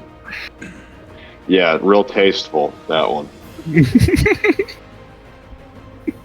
Anyway, so it's now Sir Thomas More's turn. You are within. So after trying to insult this guy, I'm going to immediately start dashing over towards B. Okay. Right. Let me see here. I 48 believe I feet away. make it with just my normal movement. Yeah, I make it with just my normal movement speed. How let's fast see. do you move? I move 40 feet. Damn. Jeez. Unarmored movement. Monks move fast. Oh, awesome. Yes, they do. Let's see. I'm going to go up to him and I'm going to grapple him first. You see here. Okay. And crap, I forget how to roll for the grapple itself. Actually, It's gonna be strength Isn't it a versus. saving throw now? Well, it's gonna be your strength or dex versus this guy's strength or dex. oh gosh, okay. Yeah, no, I'm rolling my dex He got a 10. versus his deck. That is It was a deck save. a 9. Oh no. So he succeeds. Oh, he rolled a save though. You rolled the wrong thing. Yeah. Oh, I rolled the wrong thing. Oh, okay. Should I roll again? Yeah, I mean, roll if the it- correct one. If it's the same modifier, does it really Yep. matter? Okay. Yeah, well, I guess that's the same. 11's better. Not much better. So, I'll Yeah. So you're able to grapple him. All right. I'm gonna try to pin him, Okay. or as it says here in my kit. Let's see here, grappling pin. Yeah. That way we are both restrained. All right. So, in response, I guess he's got to make the saving throw. Well, he fails it. So, He has to beat a 9. yeah, no, he got 4. So he failed. Oh my So lord. you're both restrained, and in response, both C, D, and E are all going to draw their short swords and try to hit you. You got a 23, got a 6, and an 8. So the first guy hits, and he does 8 damage to you. Oh boy. Oh, fuck. So that guy's pinned. Yeah, he was started in a bad position in the initiative round. All the bad guys were coming right after him. So Yeah. And I'm short by 10 feet. I can't get to you next turn, dude. And I'm not running Sanctuary Oh, no, don't worry. anymore. I have an idea. If I can live, I have an idea. Go on. Wait a minute. Am I still on my turn, or is it just their actions right now? Well, I mean, did you have any other actions you wanted to take, or anything else you could do while you were? Would I be allowed to take? immobilized? Would I be able to like expend a point of focus in order to use focus paint, or no, just use patient defense while I'm grappling him? What would focus defense do, or patient defense? You can. Let's see. You can take the disengage action as a bonus action. It says, which I. Let's see. Disengage. patient defense gives you the enemy's disadvantage on their hits. Yeah, you get the dodge action and the disengage action in this version of D&D. Oh, okay. Well, considering you restrained yourself, I'm gonna say no. Okay. Or was it disengage and run? They buffed it, definitely. So, Let's see. Oh. alright. And it is Oh. now, I'm gonna say it's now Nick's turn. Okay. So, damn. Okay. Nick is going to.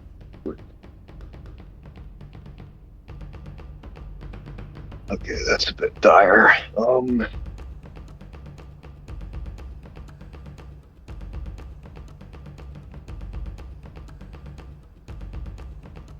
Okay. I think I can do something here. Okay, so Nick is first going to cast Long Strider, and that's going to let him go to 40 feet, which is just over here. And he is going to use his bonus action to fire a hand crossbow. Okay. And which guy are you trying to hit? He's going to hit C. Okay. Isn't it advantage with fairy fire? I'm kind of blanking on that. Yes, you have advantage to strike him because of fairy fire. Okay. Well, that'll be a 14. That lands. Roll, Okay, perfect. There we go. It was a 5. It's going to be past that. Yep. All right, and you do 5 damage to him. Mm-hmm. All right, and we are back That up is at the it. top with Delgard. Okay. Let's see.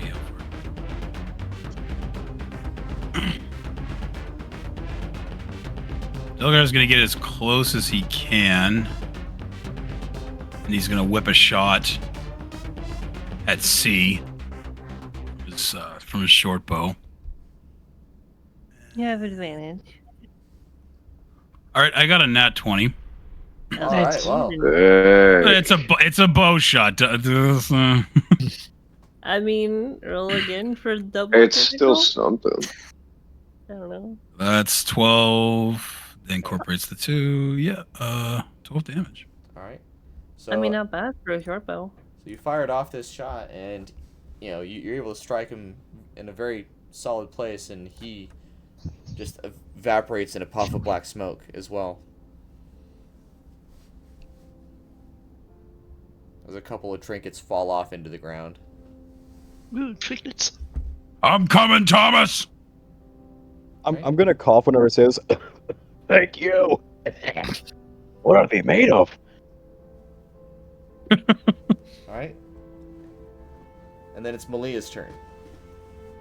Yeah, so I'm gonna cunning action dash to give myself 70 feet of movement so I can strafe across here like this. And then I am going to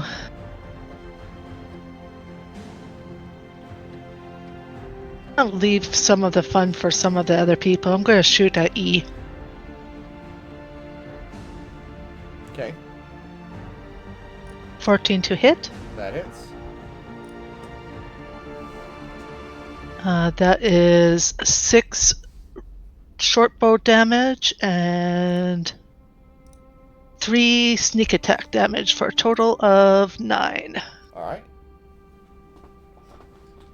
And it's now Liliath's turn.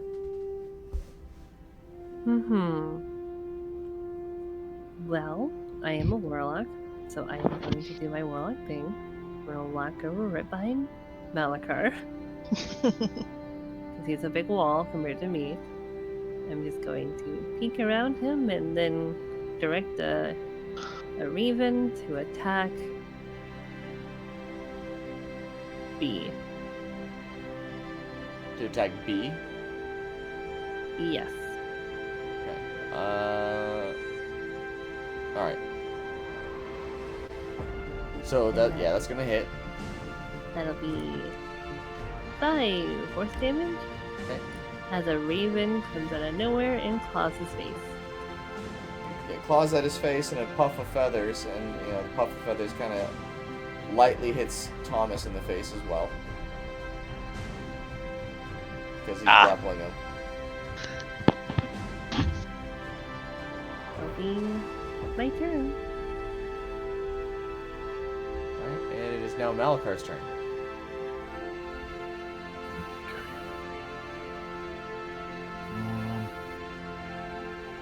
I'm gonna move a bit closer, but still trying to give a little cover.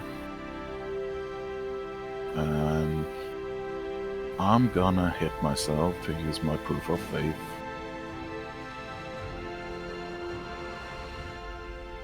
Doing This is not the music 4 game. damage. 4 damage to myself. And giving Sir Thomas and Delgar both 4 temporary hit points.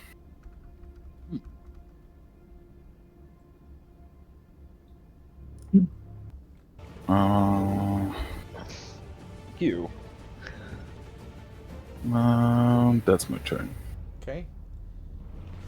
B is going to try, because he's restrained now at this point, right? Yes. He's going to try to get out of your restraint.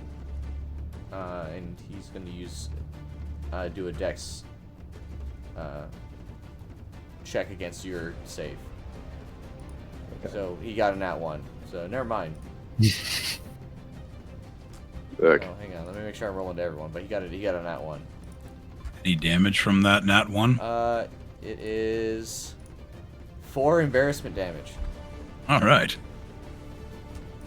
Thomas, now's the time to do a mockery. Oh. While I'm holding him, I'm going to hug him tighter and say, "I've seen better riding from a hog, although you're not far off yourself." Oh, okay. All right, cool. Roll a d4 for that. Okay. There we go. Now we're in the sauce. Nice. We got it. I just had to get it. I got 3. As he takes 3 more psychic damage.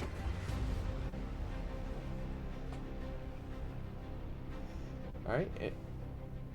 And then are you gonna take any other actions for your turn? Oh, it's my turn now. Yeah. Yeah, I am going to throw him at D, right? Nice. You're gonna hit that guy with this guy. Exactly. I'm just gonna whip him around. Let's see. Would that be acrobatics or athletics? I'm gonna go with athletics. Okay. Oh, I got a nat 20. Oof. All right. Oh. And he doesn't succeed, so I'm gonna say D4 for both. See, okay. All right, 2d4. I got a 4 and it's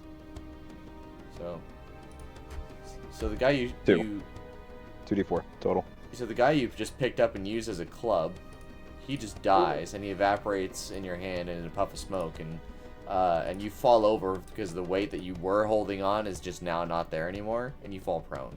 But D does take 2 damage. Okay. All right. And now D and E, concerned that because their friend just died, they're gonna try to stab at you again. So 16 and a 20. Yeah, both of them hit. Oof. 8 and 6, so 14. Yeah, no, I think I go down to 0 there. Okay. Including temp HP. Oh boy. And it's now Nick's turn. Sick. Okay, so I can still run 40 feet, so... Yeah, Mick is going to try to buy some time by running over in between all of them and try to distract in the meantime. So he is going to draw a dagger and short sword and try to attack. My bad, Delgar. He's going to try to attack E and D respectively. Okay. He'll attack Kimbo. E with the short sword and D with the knife. Okay, that's definitely not hitting, so I'll move on. There we go. That one hits. D gets hit with the dagger. There we go. Alright. And it is now Delgar's turn. Delgar's going to come right up here. He's going to attempt to hit D and cleave. Ooh, cleave. Let's see. Ooh. That is an 11. That does not connect. Shit, Delgar missed. Okay. Yeah, not really anything I can do with bonus actions, so I guess that's going to be it then. Okay. Malia, it's your so turn. Cool. Can't wait for level 3. I'm going to come up here so I have a better vantage point on the hill. Take a shot at D. Nat 20. Alright. Damn. A little Nice. Fuck yeah. What He just- are our rolls? So that is 10 regular damage. Okay. And he just And, obliterated in a puff of smoke, so... Yeah, I'm just rolling my sneak attack just so I know how much I would have gotten. A total of 17 in all. Nice. Yeah, no, he would have been absolutely obliterated. It's probably a Ooh, good boy, thing that's Sir a lot. Thomas is knocked prone right now, because with Nick as short as he is and Sir Thomas on the ground, this arrow probably just, because he's comes whizzing right by both of their heads. Sails straight over his head. Yeah. Oh my lord. Alright. And now it's Liliath.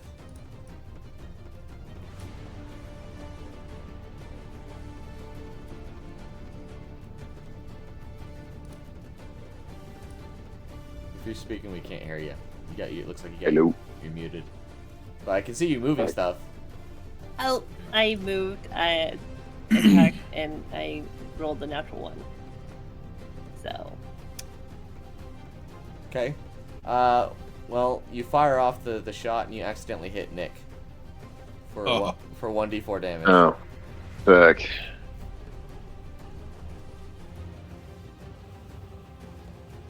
Should I be rolling that or? Okay, cool. You got the highest roll. You just take Nice. 4 damage. As this raven Okay. angrily flies by your head and like scrapes at the top of your head. He'll grab at the side of his head as the blood trickles down his face. Alright. Is this blood gonna be like trickling on my face too? No, No. it's the side of his face that's faced away from you. Oh, okay. And now it is Malakar's turn. Alright. First, I'm gonna use Healing Word as a bonus action. Oh, no, I don't remember.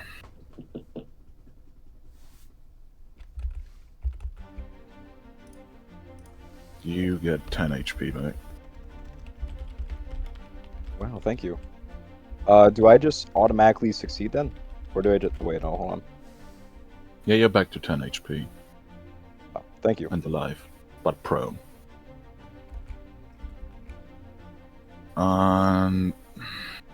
As an action, I'm gonna use Proof of Faith again. Hitting myself.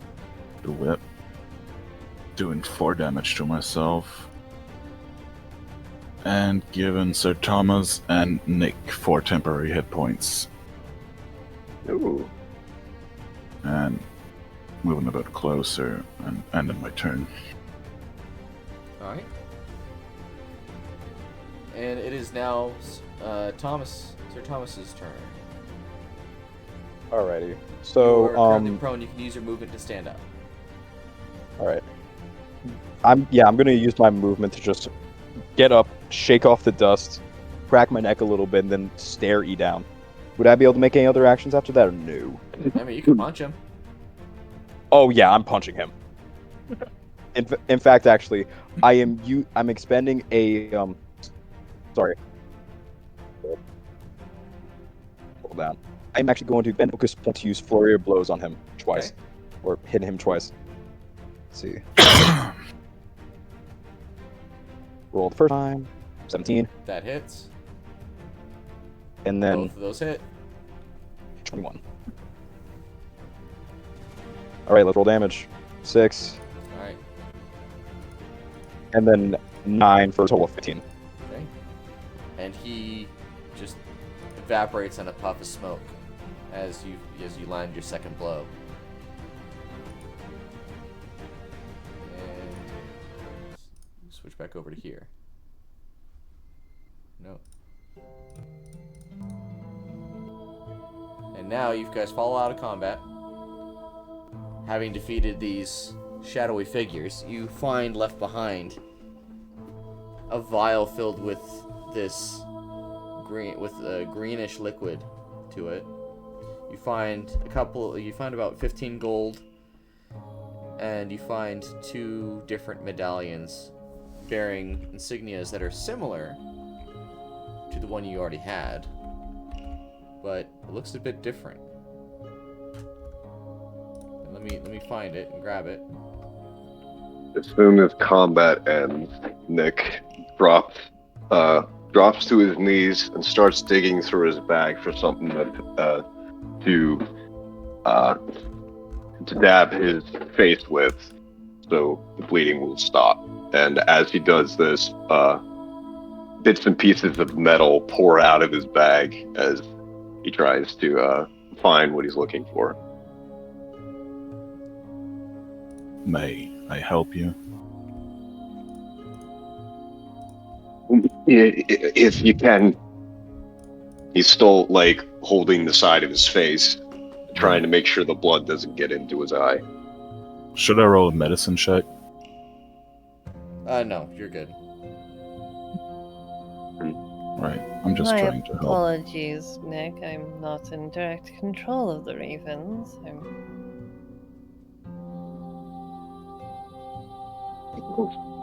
Be As I careful next time. As I help Nick, I'm looking at Sir Thomas. Are you okay? All I can do is direct the ravens to attack my targets, and sometimes they may get confused. You are very close. A simple story would suffice. As he pulls out a rag and starts dabbing his face. Thanks for saving my ass. I'm fine. That brought back some terrible memories. being knocked on my ass like that. Not Is that again. why you killed the Thank you. guy after? Not the guy. I don't kill. But that's not something that could be killed, I don't think. So No, I saw it. You punched him so hard he exploded. all the other ones exploded from everything else. I'm certain I had a good feeling he wasn't mortal. Or at least not. Say what you want, murderer. I am not going to be that. I'm going to try to kneel down and I'm going to try to look at that medallion. Can I roll an investigation on it? Sure. Sweet.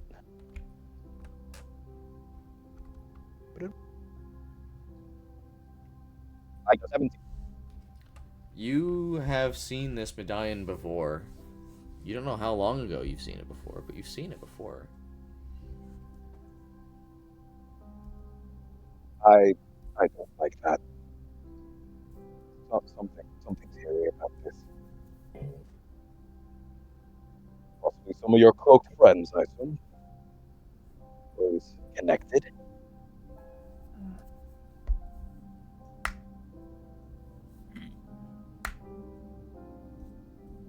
More symbols.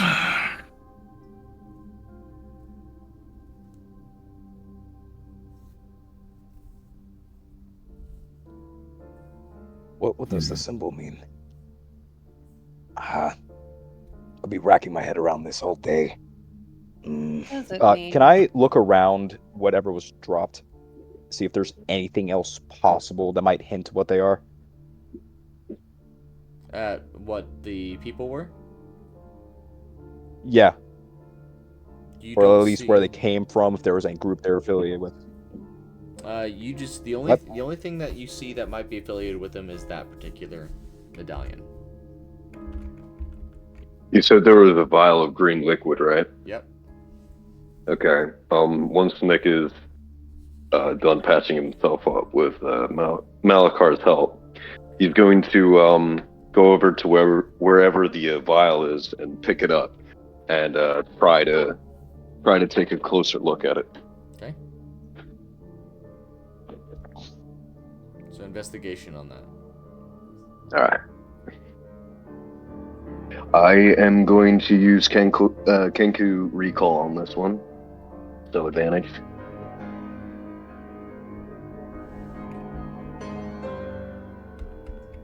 There we go. Wow, I'm just rolling shit today, huh? Okay. Okay. Could I try it with medicine, or is it... You would find that it's not medicinal. Let me see. So it's also not poisonous, or... Well, you would find that it appears to be like it's some sort of poison.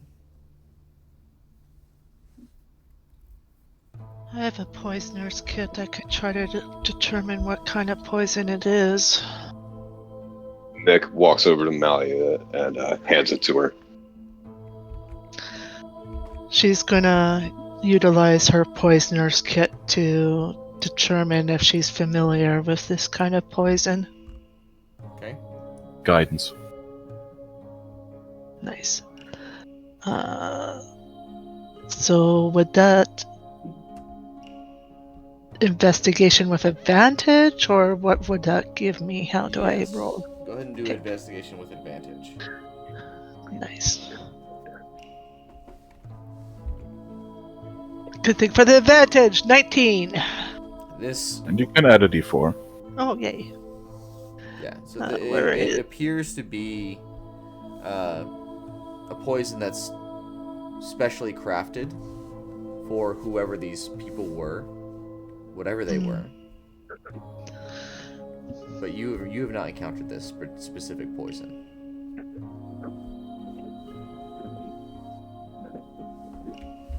Well, whoever they were, this is their own brand of poison. I'm not myself familiar with it.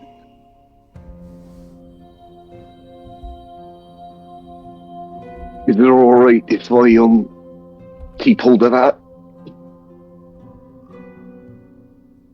If you think you're going to be able to use it a lot more better than I could, go ahead. If you think you can get better use out of it, then I suppose you could hold on to it.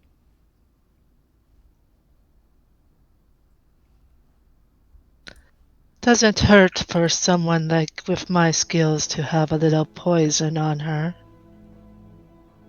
Right.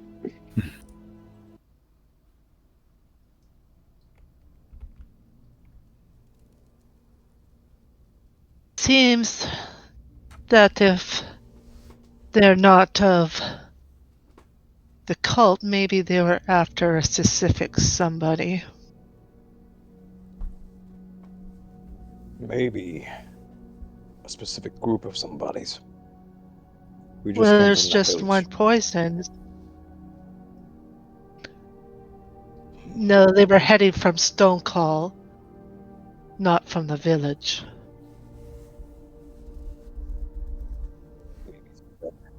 I can't wrap my mind around this. My mind's scattered. Maybe it's a threat, possibly. But with how they puffed up in smoke, maybe the threat is more physical and presented after the fact. Maybe a sign of what will happen if they don't fall in line. A sign. There was an attempted murder on us. They got pretty damn close. I'm ripping that arrow out of my chest while saying that.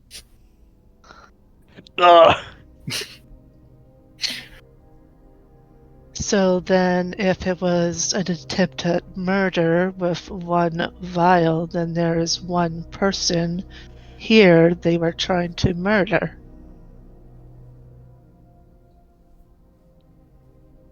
You've got to be shitting me.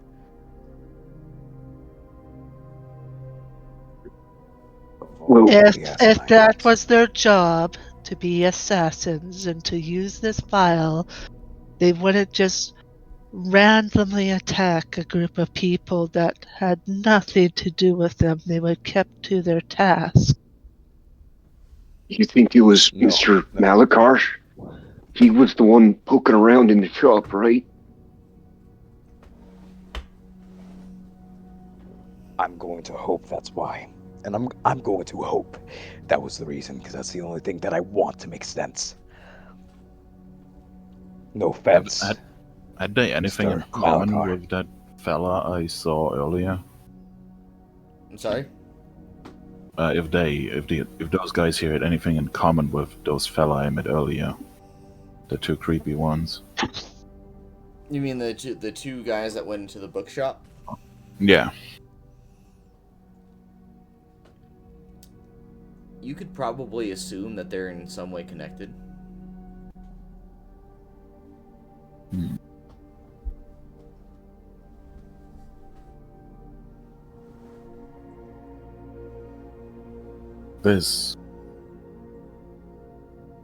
I assume this was an attack on our whole crew.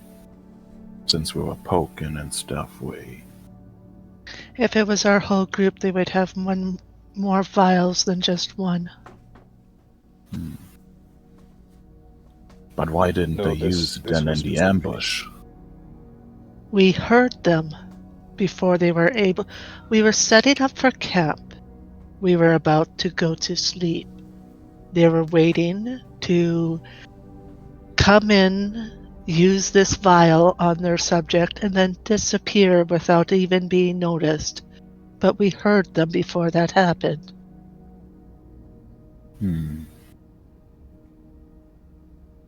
So much for anonymity. What do you mean? Nothing. Not important.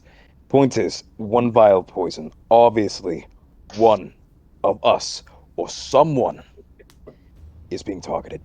I have half a mind to say we ran into him at the wrong time. No, Because that's I'm not not sure how many people should know. assassins work. You don't run into assassins at the wrong time. At least not like this. I don't know. My experience runs into a lot of people at the wrong time. Yeah, I'm with Thomas. It's always a wrong time to run into assassins.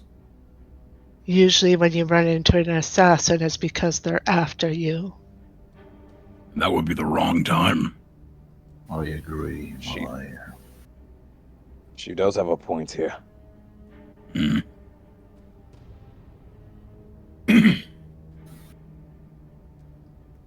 if that's the case, and we're accurate in Malachar being, I guess, the enemy number one, what do we do now? Well, we should probably, I don't know, find someone that knows anything about this new symbol. Maybe we can find someone deeper into the city of Stonecoal.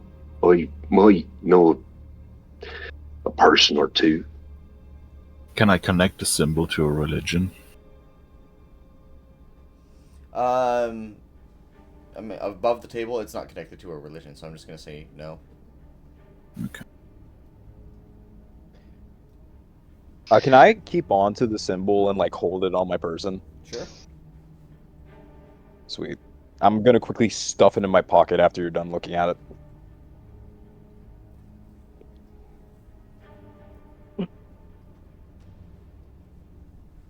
Who might you know though?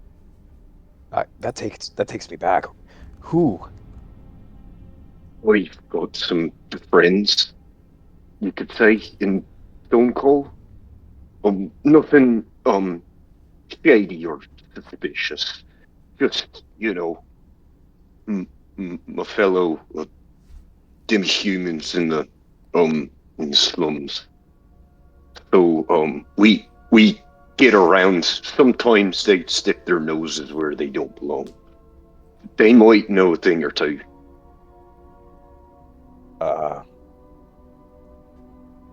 That's right up my alley, I guess. All of ours now, I guess. That's the only lead we have. Seems like it. We could ask around in the less shady areas. But we might not really be able to settle on anything right now. Maybe after a night's rest. Right. Fair point.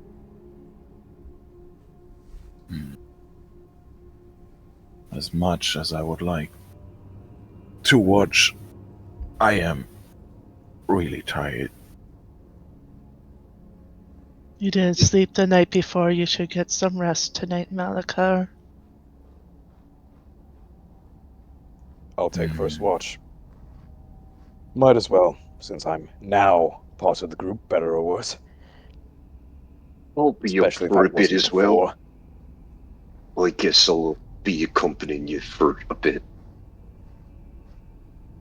The more the merrier. Keeps me from going insane. And it'll be easy to awaken me from my trance if anything is occurring that you need assistance with. Knowing my luck, you saying that will probably require it.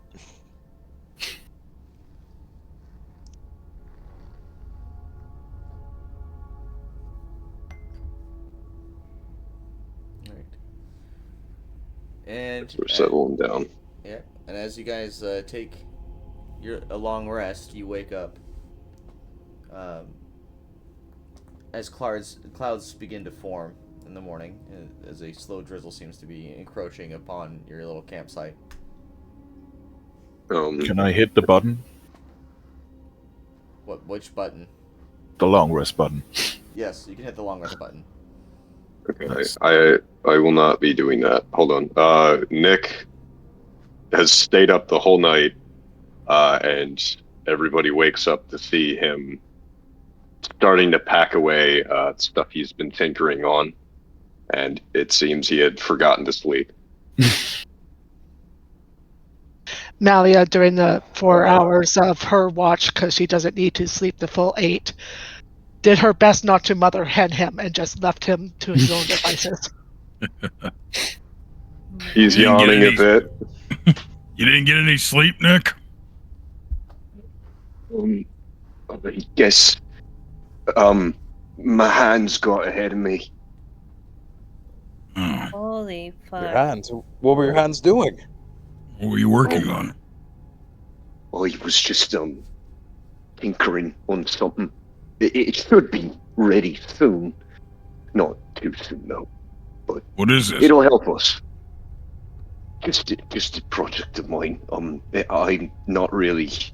It's not nowhere near finalized, but could be soon. More secrets. Ugh. We all have our secrets, Delgar. Sure. If that secret can help us, which we might need, I'm willing to Nothing let him. to worry about.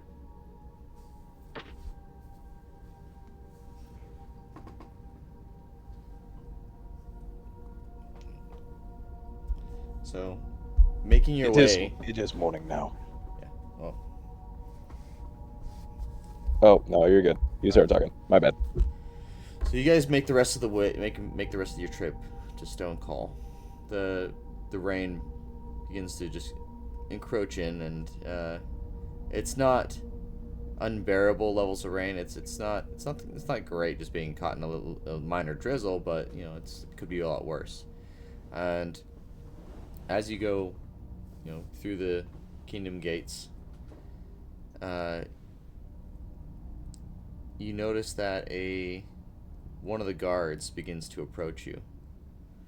The guards near the gate salute him, and he says, "Eddies, and you, adventurers, I need to speak with you. Discreetly, if possible. Please follow me." Lead the way. Discreet. And It's always discreet. And he leads you to what appears to be just like a barracks area, and brings you into a back room and says, "I heard you have taken on a quest to resolve the orc situation. Yep. What have you learned?" They don't like humans. Well, we could gather that much.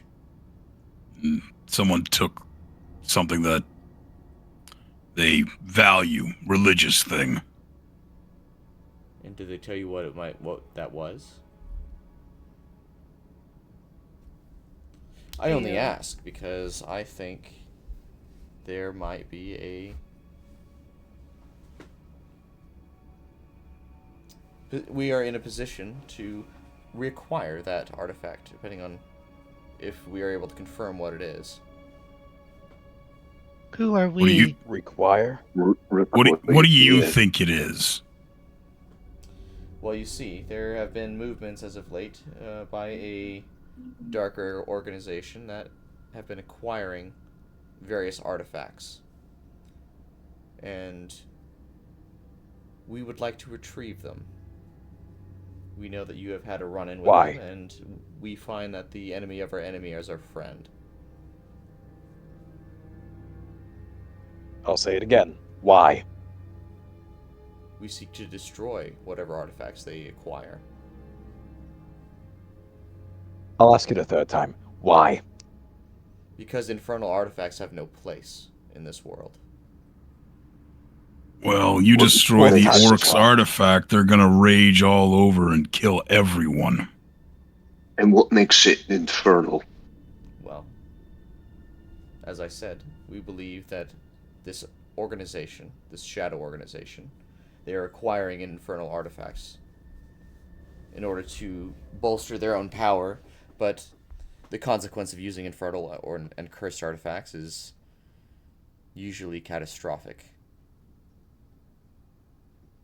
You keep mentioning we.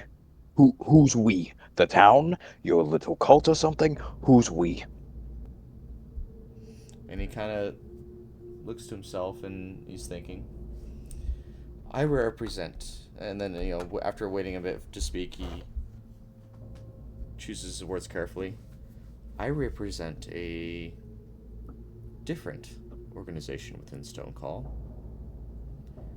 We believe that the the king himself is not doing everything he should, but we also believe that trust needs to be placed in the throne and the crown. If we do not have that trust, the society collapses. Nick is going to step forward. What organization are you a part of? We call ourselves the Loyalists. Loyalists. Wow. What a convenient name. Okay. Also, not very creative. I'm rolling insight Exactly. with Kenku Recall again. That's 1. Probably not going to do anything. Well, you can reasonably assume that he means he considers loyalist as in loyalist to the crown. Did he reveal a symbol?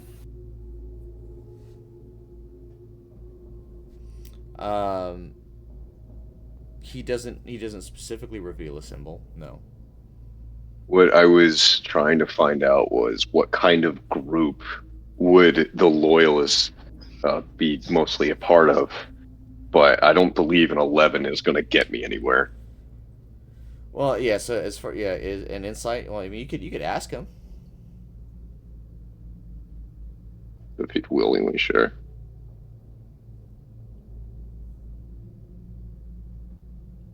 Here, wait a minute. I have an idea. Hold on. I have an idea. Hear me out. I'm gonna walk up to him. Right. First things first. Do I notice that he has anything of value on his person? You see that he anything has expensive or anything that he might want. You see that the sword that's on his hilt might be expensive. He seems to be wearing special armor that's crafted to him, and you can probably assume that might have to do with his position in the guard. And we're right still near the barracks before you do anything to this captain of the guards. You're inside the barracks. I don't think he's trying to fight him. No. Hear me out here. Hear me out, okay? Hmm? So, I'm gonna walk up to him, right?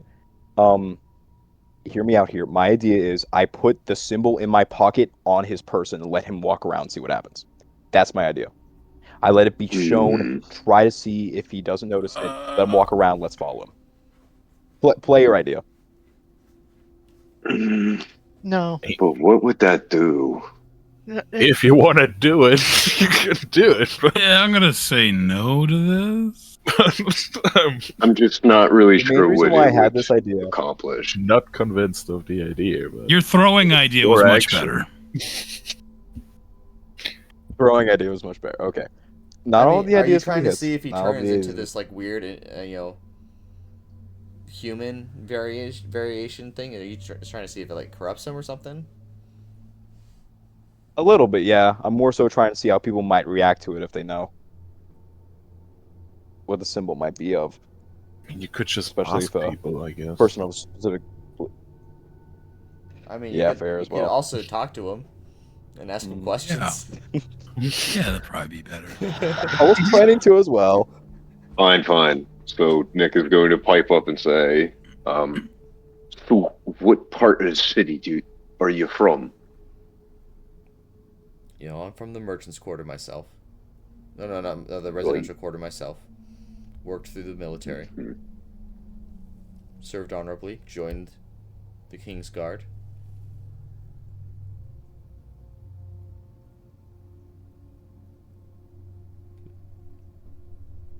And I choose to serve the king. I believe that with everything that is going on, the people need to unite around the king and the crown. What's your name again, sir? My name is Captain Lysandreth. Excellent. From the sounds of it, Captain, you want to help destroy infernal artifacts, correct? Absolutely. from what we know of the item taken by the orcs, it is not an infernal artifact, but something that can stop something infernal. So would you say, with that knowledge, that returning this item in the knowledge that it can stop something infernal would be allied with your goals? Excuse me, I'm not an expert, but from my understanding, this thing destroys something abyssal. If Not such a fern. claim is true, then we can verify it.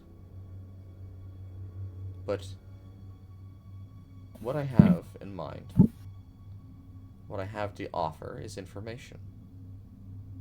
We know that they have come back with these artifacts. What we would like you to do, and this would be off the books, is to raid their hideout and acquire any artifacts you might come across. I have a question. Yes. We got a very good drawing from that shaman, right? Yes. Did I see anything infernal on that? As someone who speaks infernal. What, on the drawing? Yeah. You Are there like see, infernal runes or something on that? You wouldn't see, they wouldn't have written infernal runes on it, no. Okay.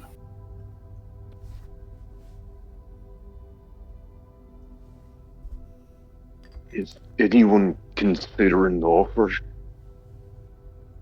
There's a couple of things I don't particularly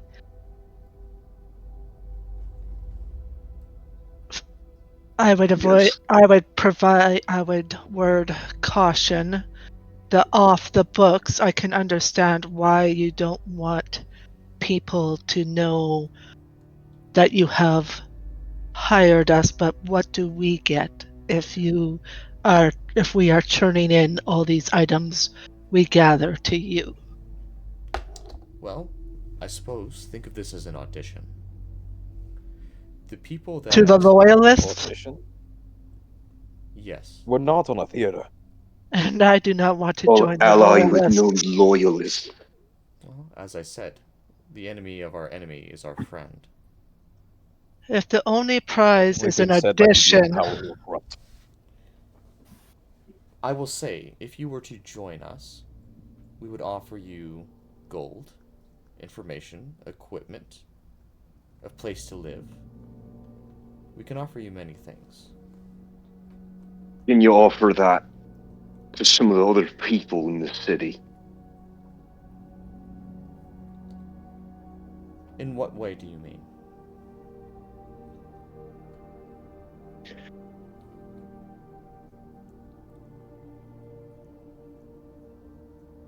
If you're able to help some of the people in the slums.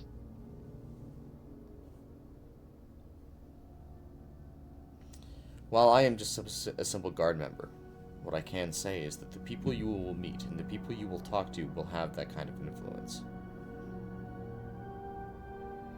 To be able to change things. They might have the influence, but they might have the influence. But will they? I don't think they will. I'm willing to do the job if, and he takes a second to think it over. You will be compensated for this, of course. Amen, right. But I also want any lesser artifacts that are deemed not infernal. Beyond what is infernal, you may keep anything else you find. And I will not become loyal with the loyalists. Those are my terms. Well, I suppose that will remain yet to be seen. I'm not asking you to decide now, but consider it.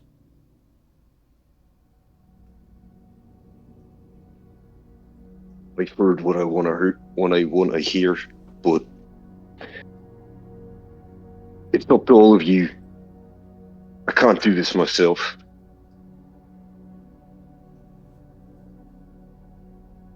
You know, for the first time, I think, Nick, you've made complete, absolute sense to me. I respect that. Trying This to is the help people. first time. I Underhanded. exaggerate, but either way, I agree with him. You help out the actual people who need it. Compensation sounds like you're trying to bribe. I agree with Nick's terms.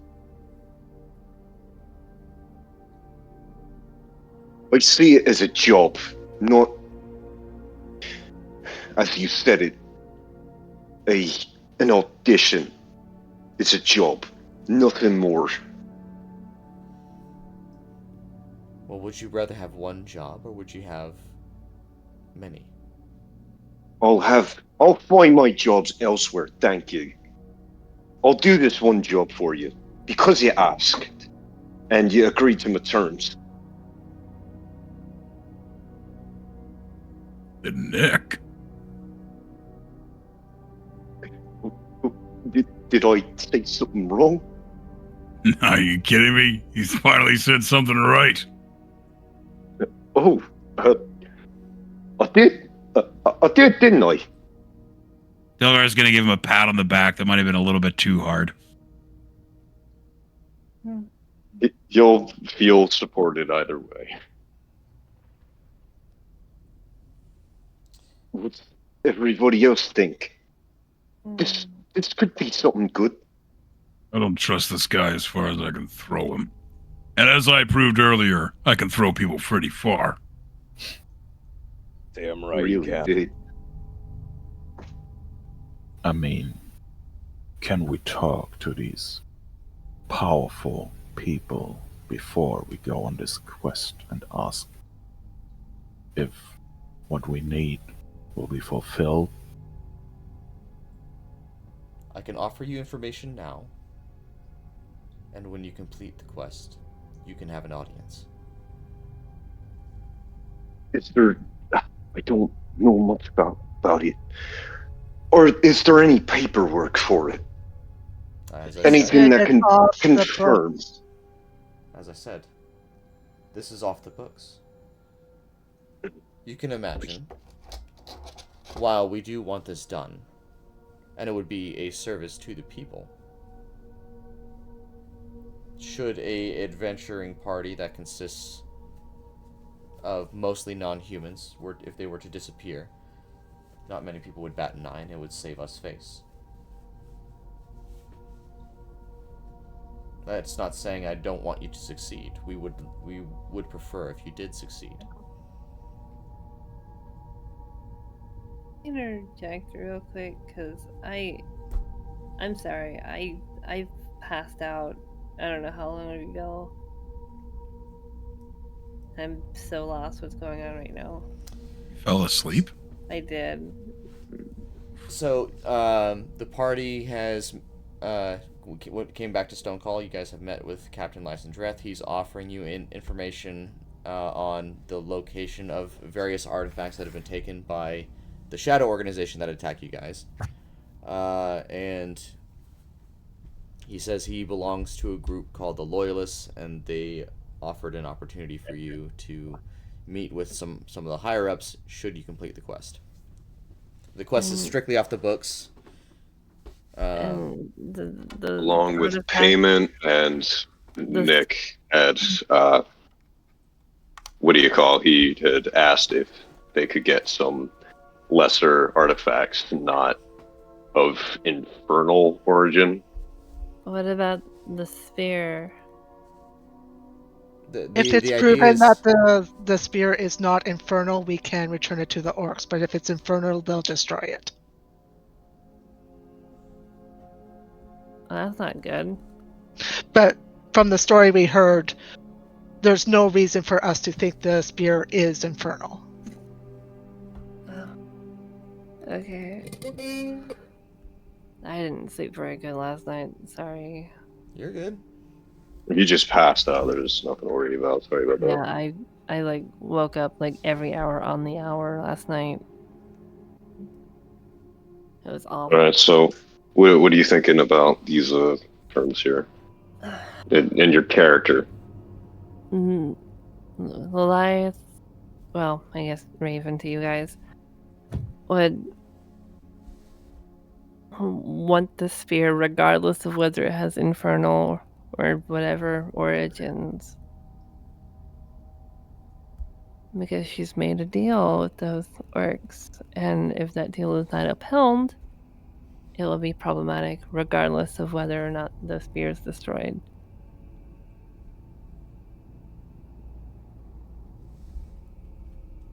I mean, if nobody here of you guys has any more questions, I think we would like to thank you for your offer and talk about it in private. Of course. Should you need to find me, just simply ask for Captain Lessendreth.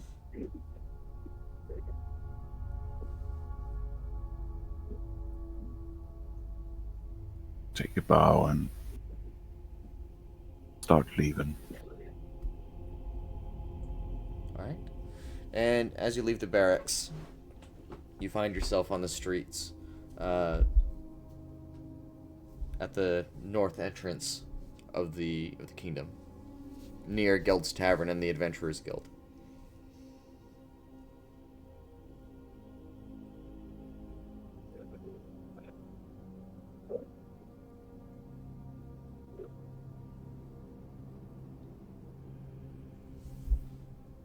I think we should find a very private place to talk about this.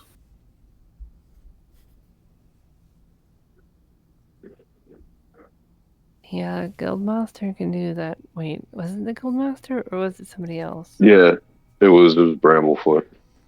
It was a Sarian that did that. Huh? It was a Sarian. Oh. Okay. I guess.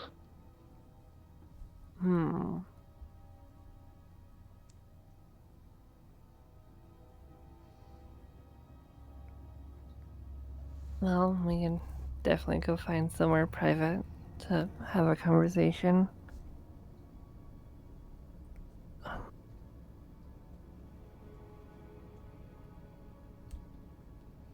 Maybe we should just get a kilometer out of the city or something.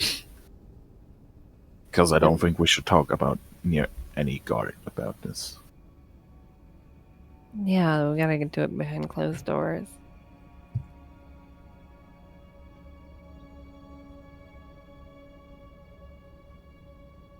I don't know. What do you guys think? But if we go somewhere outside the city, it's not going to matter if somebody's spying or scrying on us because we're not going to know until it's too late. We've already been spied on and scryed on and magically viewed on. A room at the inn is no more shelter to us than being out in the woods until we get to the point of being able to protect ourselves the same way we were protected before. Unless we can go find our, what's his name?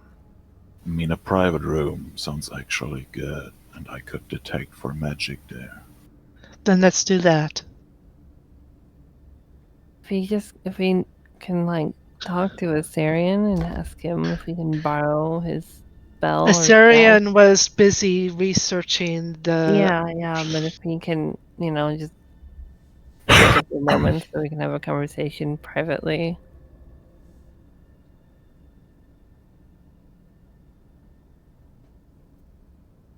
But we have to figure out where he's at, so... I think just a simple private room would do.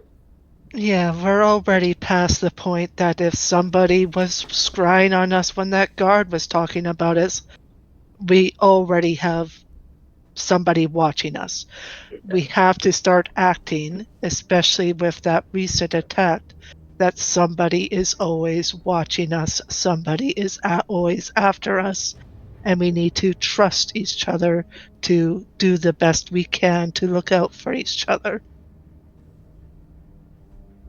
Okay, so Yeah, let's what go I'm do that. saying. If we And- go talk to Asarian, he can do If that you want to spell. delay his ritual and his work, go right ahead.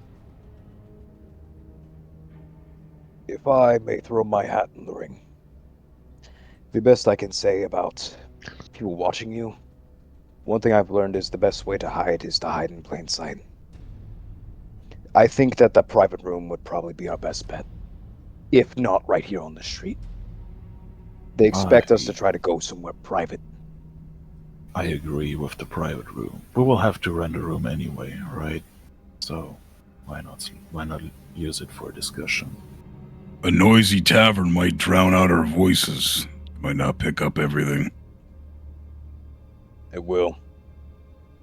Actually, I have a little bit of an idea. Raven, your feathers, would you mind lending one, possibly? What if we have the conversation on two different parts of the town? Less traceable, pick up only bits and pieces. Oh, they wouldn't people get know my everything. half because my half would be all telepathy. But you Exactly. can only do that to Rereading one later. person, right? Yes. So then we're not really having a conversation as a party if you're only conversing with one person and that person has to relay your words. Right, yeah, you're right. I think we should go simple with this one. Maybe we try the private room or the tavern, and I can do something that might drown out our voices even more.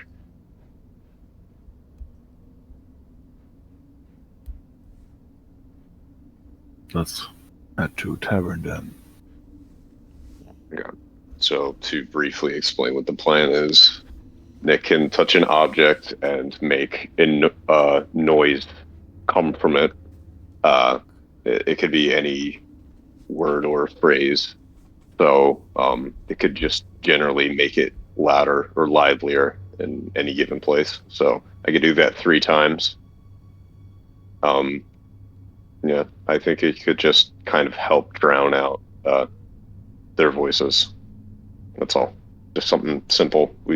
I think we're getting too caught up on this. I think we should just move on.